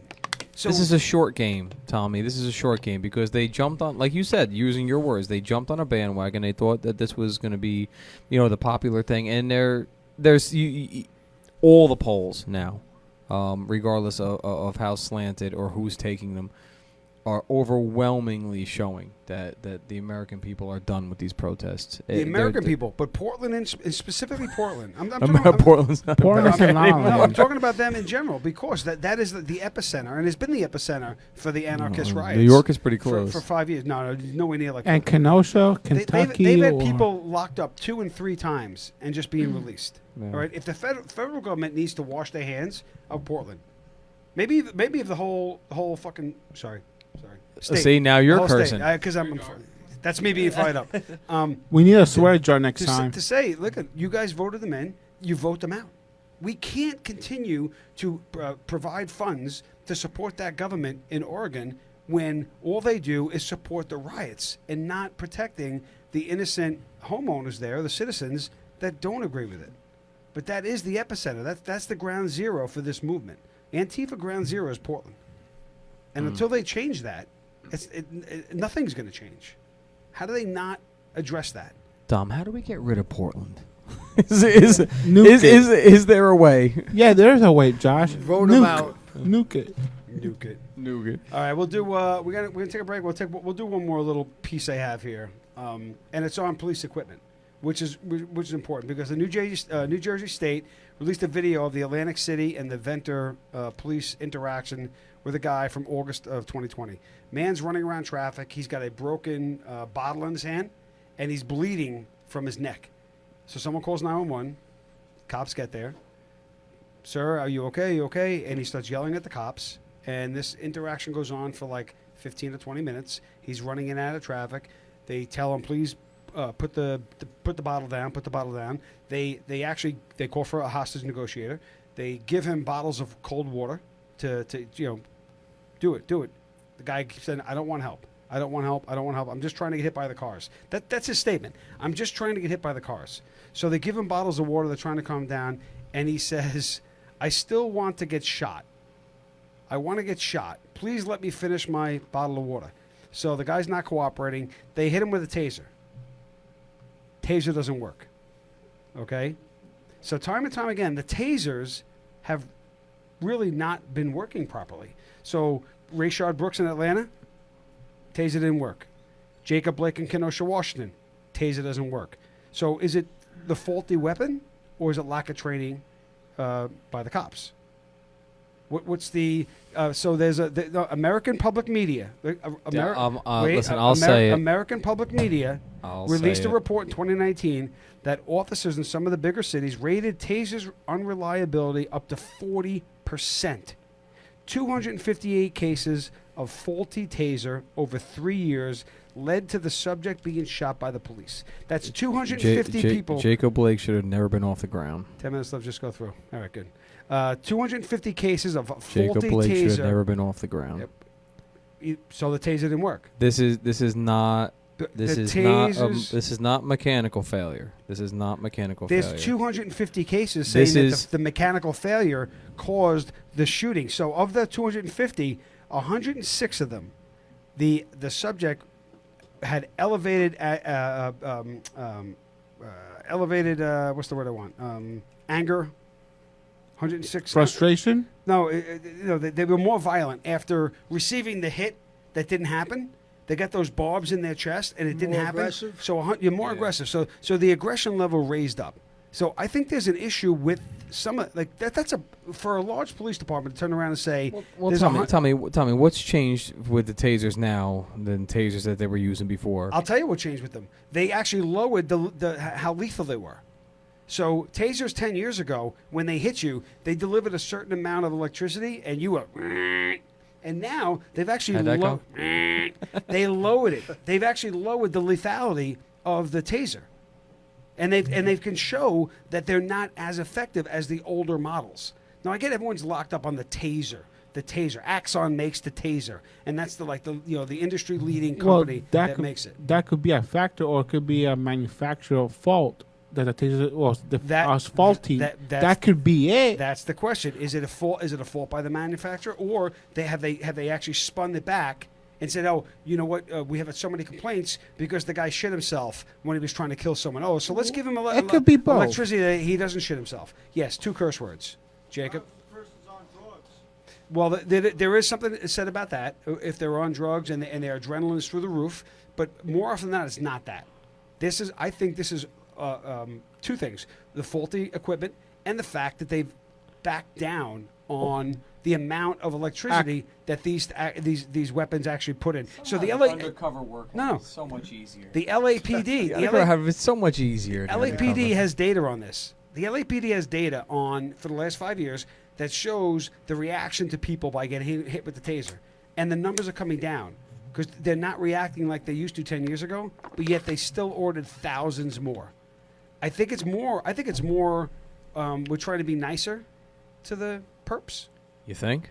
Maybe. Well, I think So if you have 258 additional shootings because instead of you crapping your pants, we had to shoot you, that's ridiculous. Let the weapons do what they're supposed to do. I'll tell you right now, I'd rather get tased than shot. Right. All day long. I mean, it could be that like you said, they reduced the voltage of the taser gun, or officers they don't know how to use it properly, in which the taser cannot do its fully desired function. I don't know. All I know is that the weapon that it's supposed to help us is not helping us like it did 10 years ago. There's no doubt about that. If the climate wasn't what it is now, Blake does not even get off the fucking ground. Well, Blake was in the car, not on the ground in the first place. No, he wasn't. What are you talking about? He was. They had him outside of the fucking car. On the passenger side of the car. On the passenger side of the He car. was standing on the though. ground, and he got up and managed to walk around the front of the fucking car and get back into the driver's compartment of the car. This is the climate that's been created now has cops scared, and rightfully so, to do their job the way it's prescribed. Yeah. But we shouldn't be taking, in Portland, judges have said you can't use tear gas, you can't use rubber bullets to control. Detroit, Chief Craig, when they said they issued a temporary order saying that they couldn't use these means to control the riots on peaceful protesters, and Chief Craig answered it perfectly. We would never use these means on peaceful protesters. We use it on rioters. It's a non-issue. It's a non-issue. If you're a peaceful protester, we say to you, please move along, and a peaceful protester moves along. Mm-hmm. It's the person with the baseball bat and the tennis ball full of cement throwing them at the cops. They're the ones that get treated a little bit differently. Right. So, it is what it is. I mean, what do you think, Dominic? Oh, no. Undercover works a lot easier, right? Just say when it comes to this, the taser guns not fully functioning, what do you think about all of this? I think the police officers that are involved with what's going on today, I think that the taser should be looked at, and if it has to be upgraded, it's upgraded. But for peaceful individuals, because there are violent individuals out there, okay, that you're going to need it. Now, do you use your weapon or do you use the taser? I'd rather use the taser. That's the first option. Your first option. Yeah. Now, if the individual comes at you and he's unarmed, hopefully you got enough of backup that's going to come back and subdue him. Right. Okay, and use the taser. Look, when we discharge the firearm, either my lives are in danger. Right. That's the only time you're going to do it. That's right. We're not out there to actually say, listen, I want to kill someone. That's totally ludicrous. Right. We're here to subdue them and try to help them. But other people play this differently to no end. Correct. Mm-hmm. So either we get a panel and we work this thing properly and get it straightened out, what to do, because, look, there is a means of force that you use. What is that force? Does each police department have one different? Each attorney general represent one that's totally different? Which it is. Each And it state shouldn't has, be. Yeah, every state's got its own. has its own degree. Yep. Yeah. So I think you need to get the minds together, work with the individuals, okay? And it's violent. You want to protest by means, you have the right to protest peacefully. Mm-hmm. Correct. You don't need to go to there with bats. Breaks. Well, I mean, the other thing that people don't understand is you use Kuklinski as an example.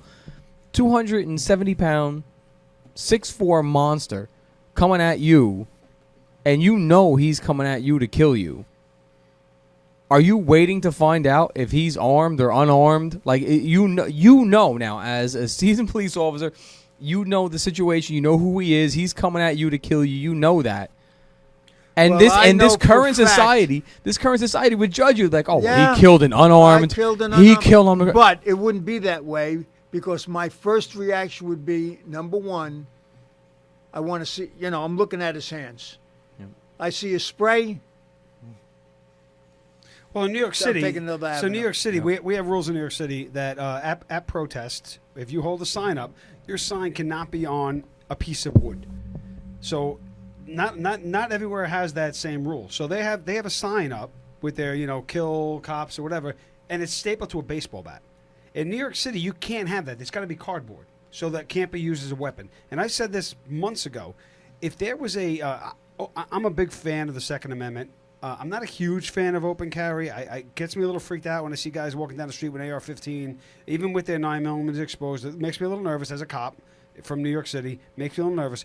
How about this? So, when I was on the job, you were told there were times when you can carry a gun and when you can't. when it's not advisable. If you go to a bar and you're going to drink, you don't carry your gun. If you go to the beach, you don't carry your gun. So the same exact thing, the same rule should apply to the protest. You cannot, if you're in an open carry state, open carry city, you cannot open carry at a protest. You cannot carry a piece of wood on your sign at a protest. You're not going to tell me, look, when I look at these, we have peaceful protesters. Then you have these violent individuals come out there and try to incite Antagonize and violence. Yep. Okay? Well, if they're looking for violence, I'm going to tell you something. This country's had it. Yeah. And there's going to be individuals that's going to turn around and Kenosha. you're asking for something Kenosha, that you written can't back. take. And It when already this happened happens, already. Yeah. Yeah. But and at some point, it's going to get worse before it gets better. That's correct. People will die. People Yeah. will get shot, and they will be innocent people or defenders of what we're doing or protecting businesses and homes. But there has to be rules as to what you can do. for both sides. Of course, Absolutely. of course. Cops, when they did 3 or 4 years ago, they did the pink hat. The pussy hats? Yeah, the pussy hats Yeah. in D.C. There was almost 1 million people there. Not one incident. They were peaceful protesters there to say we need more rights for women. We need more rights for women. No one got hurt. There's a difference between that and what's going on now. We'll end the show with a happy note. Okay, this is a happy note. We'll end the show on a happy note. Ready? Go ahead. Rochester, New York. Police Department Captain Frank Umbrino. They had a mass shooting. I don't know if you guys read about this last week. They had a mass shooting. He had 16 people shot at a house party in Rochester, New York. Mainstream media did not cover it at all. 16 people to DOI. Wonder why. He said, this is from the captain. He said, you got people running away from gunfire and you got officers running towards it because that's the job that we do. He further said, I'm going to get in trouble for this. But if I hear one more politician talk about, what we need to do to stop the violence, we need more gun laws, we need this, we need that. Quite frankly, I'm going to vomit. These people that say that have no idea what we're talking about. And he continued, we have a lot of gun laws currently on the books that we do not enforce. I shouldn't say we don't enforce. We enforce them, but you have individuals getting locked up for illegal handguns and being released from custody the next day. That's disgusting. And I'll tell you what, I guarantee you that captain did not take a knee. He will get in trouble. And he called a spade a spade. We have gun laws in this country. We arrest them on the gun laws, and you guys don't enforce. You don't prosecute. How are we supposed to curb the violence if you have a law? So they love doing this, politicians. And I'm not going to go on either side, left or right or center. Politicians love doing this. We have a problem. We have a law.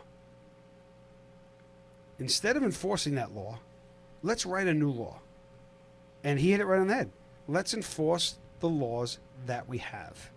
And he will get in trouble. He'll catch a little shit from the mayor of Rochester, New York. But 16 kids. It was a house party. It was a teenage kid house party. And 16 was shot. Wow. That's insane. God. 2 kids dead. And he goes, yeah, we're here. We're around the corner. We responded immediately. We made arrests. But you guys are going to throw them out. We can't curb the violence if you guys don't have penalties. We're in the upside down, man. For the kids that I'm telling aren't you. actually committing the violence.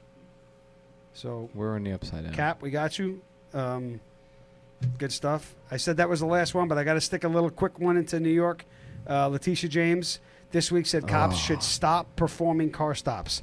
And she followed up with this. We're supposed to be happy. If we're ending they on. stop a driver and they have a warrant, they should not arrest them. And this is coming from the state's highest level of enforcement. This is the top cop of the AG is always the top cop. So the top cop in New York State is saying 2 things.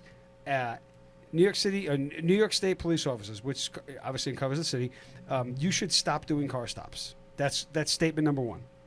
Statement number 2, if you pull a car over and the operator of the vehicle has a warrant, you should not arrest them. That's what Letitia James said this week. Thanks for the happy ending. I don't know what to say about this, honestly. Why not just say stop arresting everyone?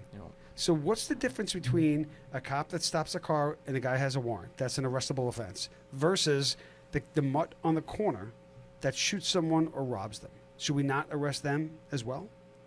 Letitia James, welcome to New York State. I don't understand none of this. I know. I Chris, really give a don't. plug. Yeah, I'm better off doing that. So much for the happy. Thanks, Tommy. Yeah. Yep. Thank you, Tommy. Go ahead. I had to give an FU to her. Go ahead. All right. So Letitia based James. on what Tommy just said, I think Josh. BlueStressTest.com. BlueStressTest.com. If you're feeling really, really, really Yes. stressed, on the verge of death, of a heart attack, just go to BlueStressTest.com. That's it. That's all he has. Dom, thank you. Thank you for having me. Really, It's a pleasure to appreciate have this. you, Dominic.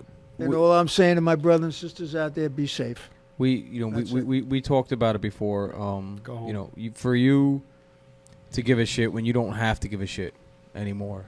To my generation that's still active. I mean, You still got the That- feel, and it'll that never me- change. Because that- that fraternity will never change. that means more. Really. You know, I mean, because it's not everybody. You know, a lot of guys, they finish, they do their time, and they walk away, and they're done. They don't advocate anymore when they don't have to.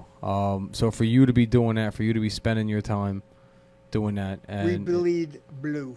yeah, man, That's and for you to be telling your stories. 'Cause again, these younger kids got to hear, and more importantly, like I had said earlier, the civilians got to hear. They don't realize how much fucking work law enforcement done right is, how much sacrifice law enforcement done right is. You know, there's no, like I said before, there's no social worker doing what you did.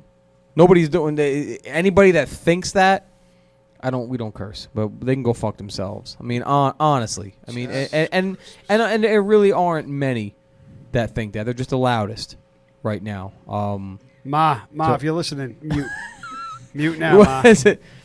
And that's it. And thank you to the BBO guys that went down to Tennessee. Great job. Yeah, no, that Yeah. was it's important. You will be remembered in the same manner that you remember. So if you're not willing to feed that machine now, don't expect it on the tail end. FXM. FXM. I have 2 plugs. I'm going to do What? my... Wait. Does he have anything to plug before I'll give you the You're right. ending. No, you're right. Sorry. See how I do? Just say I'm right. Say it again. You're right. Just like I didn't have the guy's date of birth. See? Anything to Dominic, plug, Dom? what do you got? Go. You have anything you want to say? A parting word or Plugs, a anything. website Go with or is just something? I think it's a words great of wisdom? organization. Keep up the great work.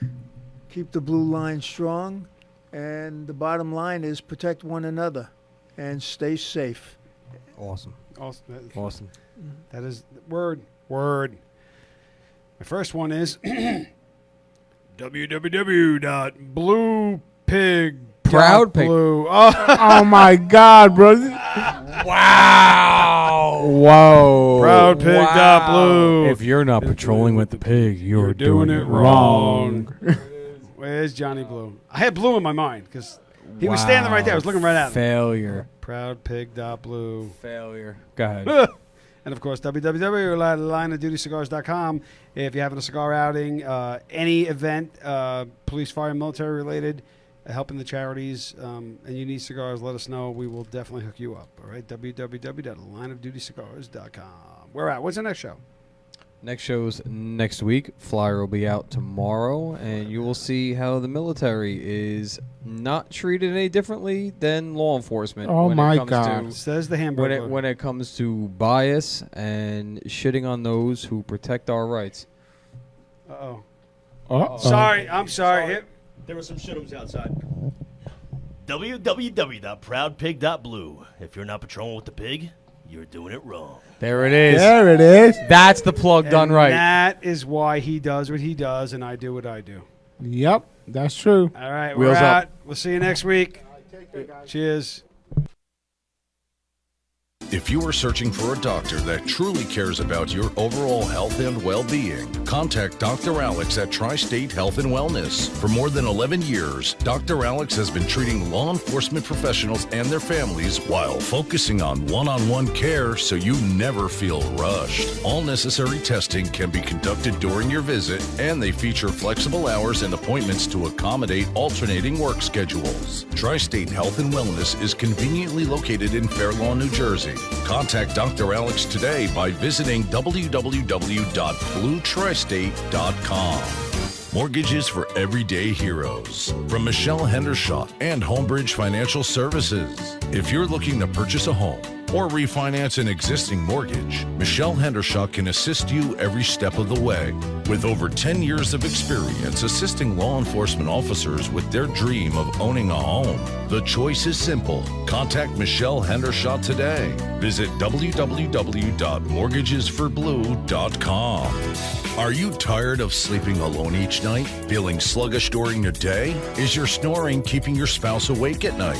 If you find yourself spending too much time on the couch, maybe it's time to visit Dr. Michael Doblin of At Home Sleep Solutions. Dr. Doblin is the preferred sleep apnea doctor of New Jersey's law enforcement officers. With the help of a custom-fitted oral device, you can finally say goodbye to noisy, antiquated sleep apnea machines. For more information and to schedule an appointment today, contact Dr. Michael Doblin.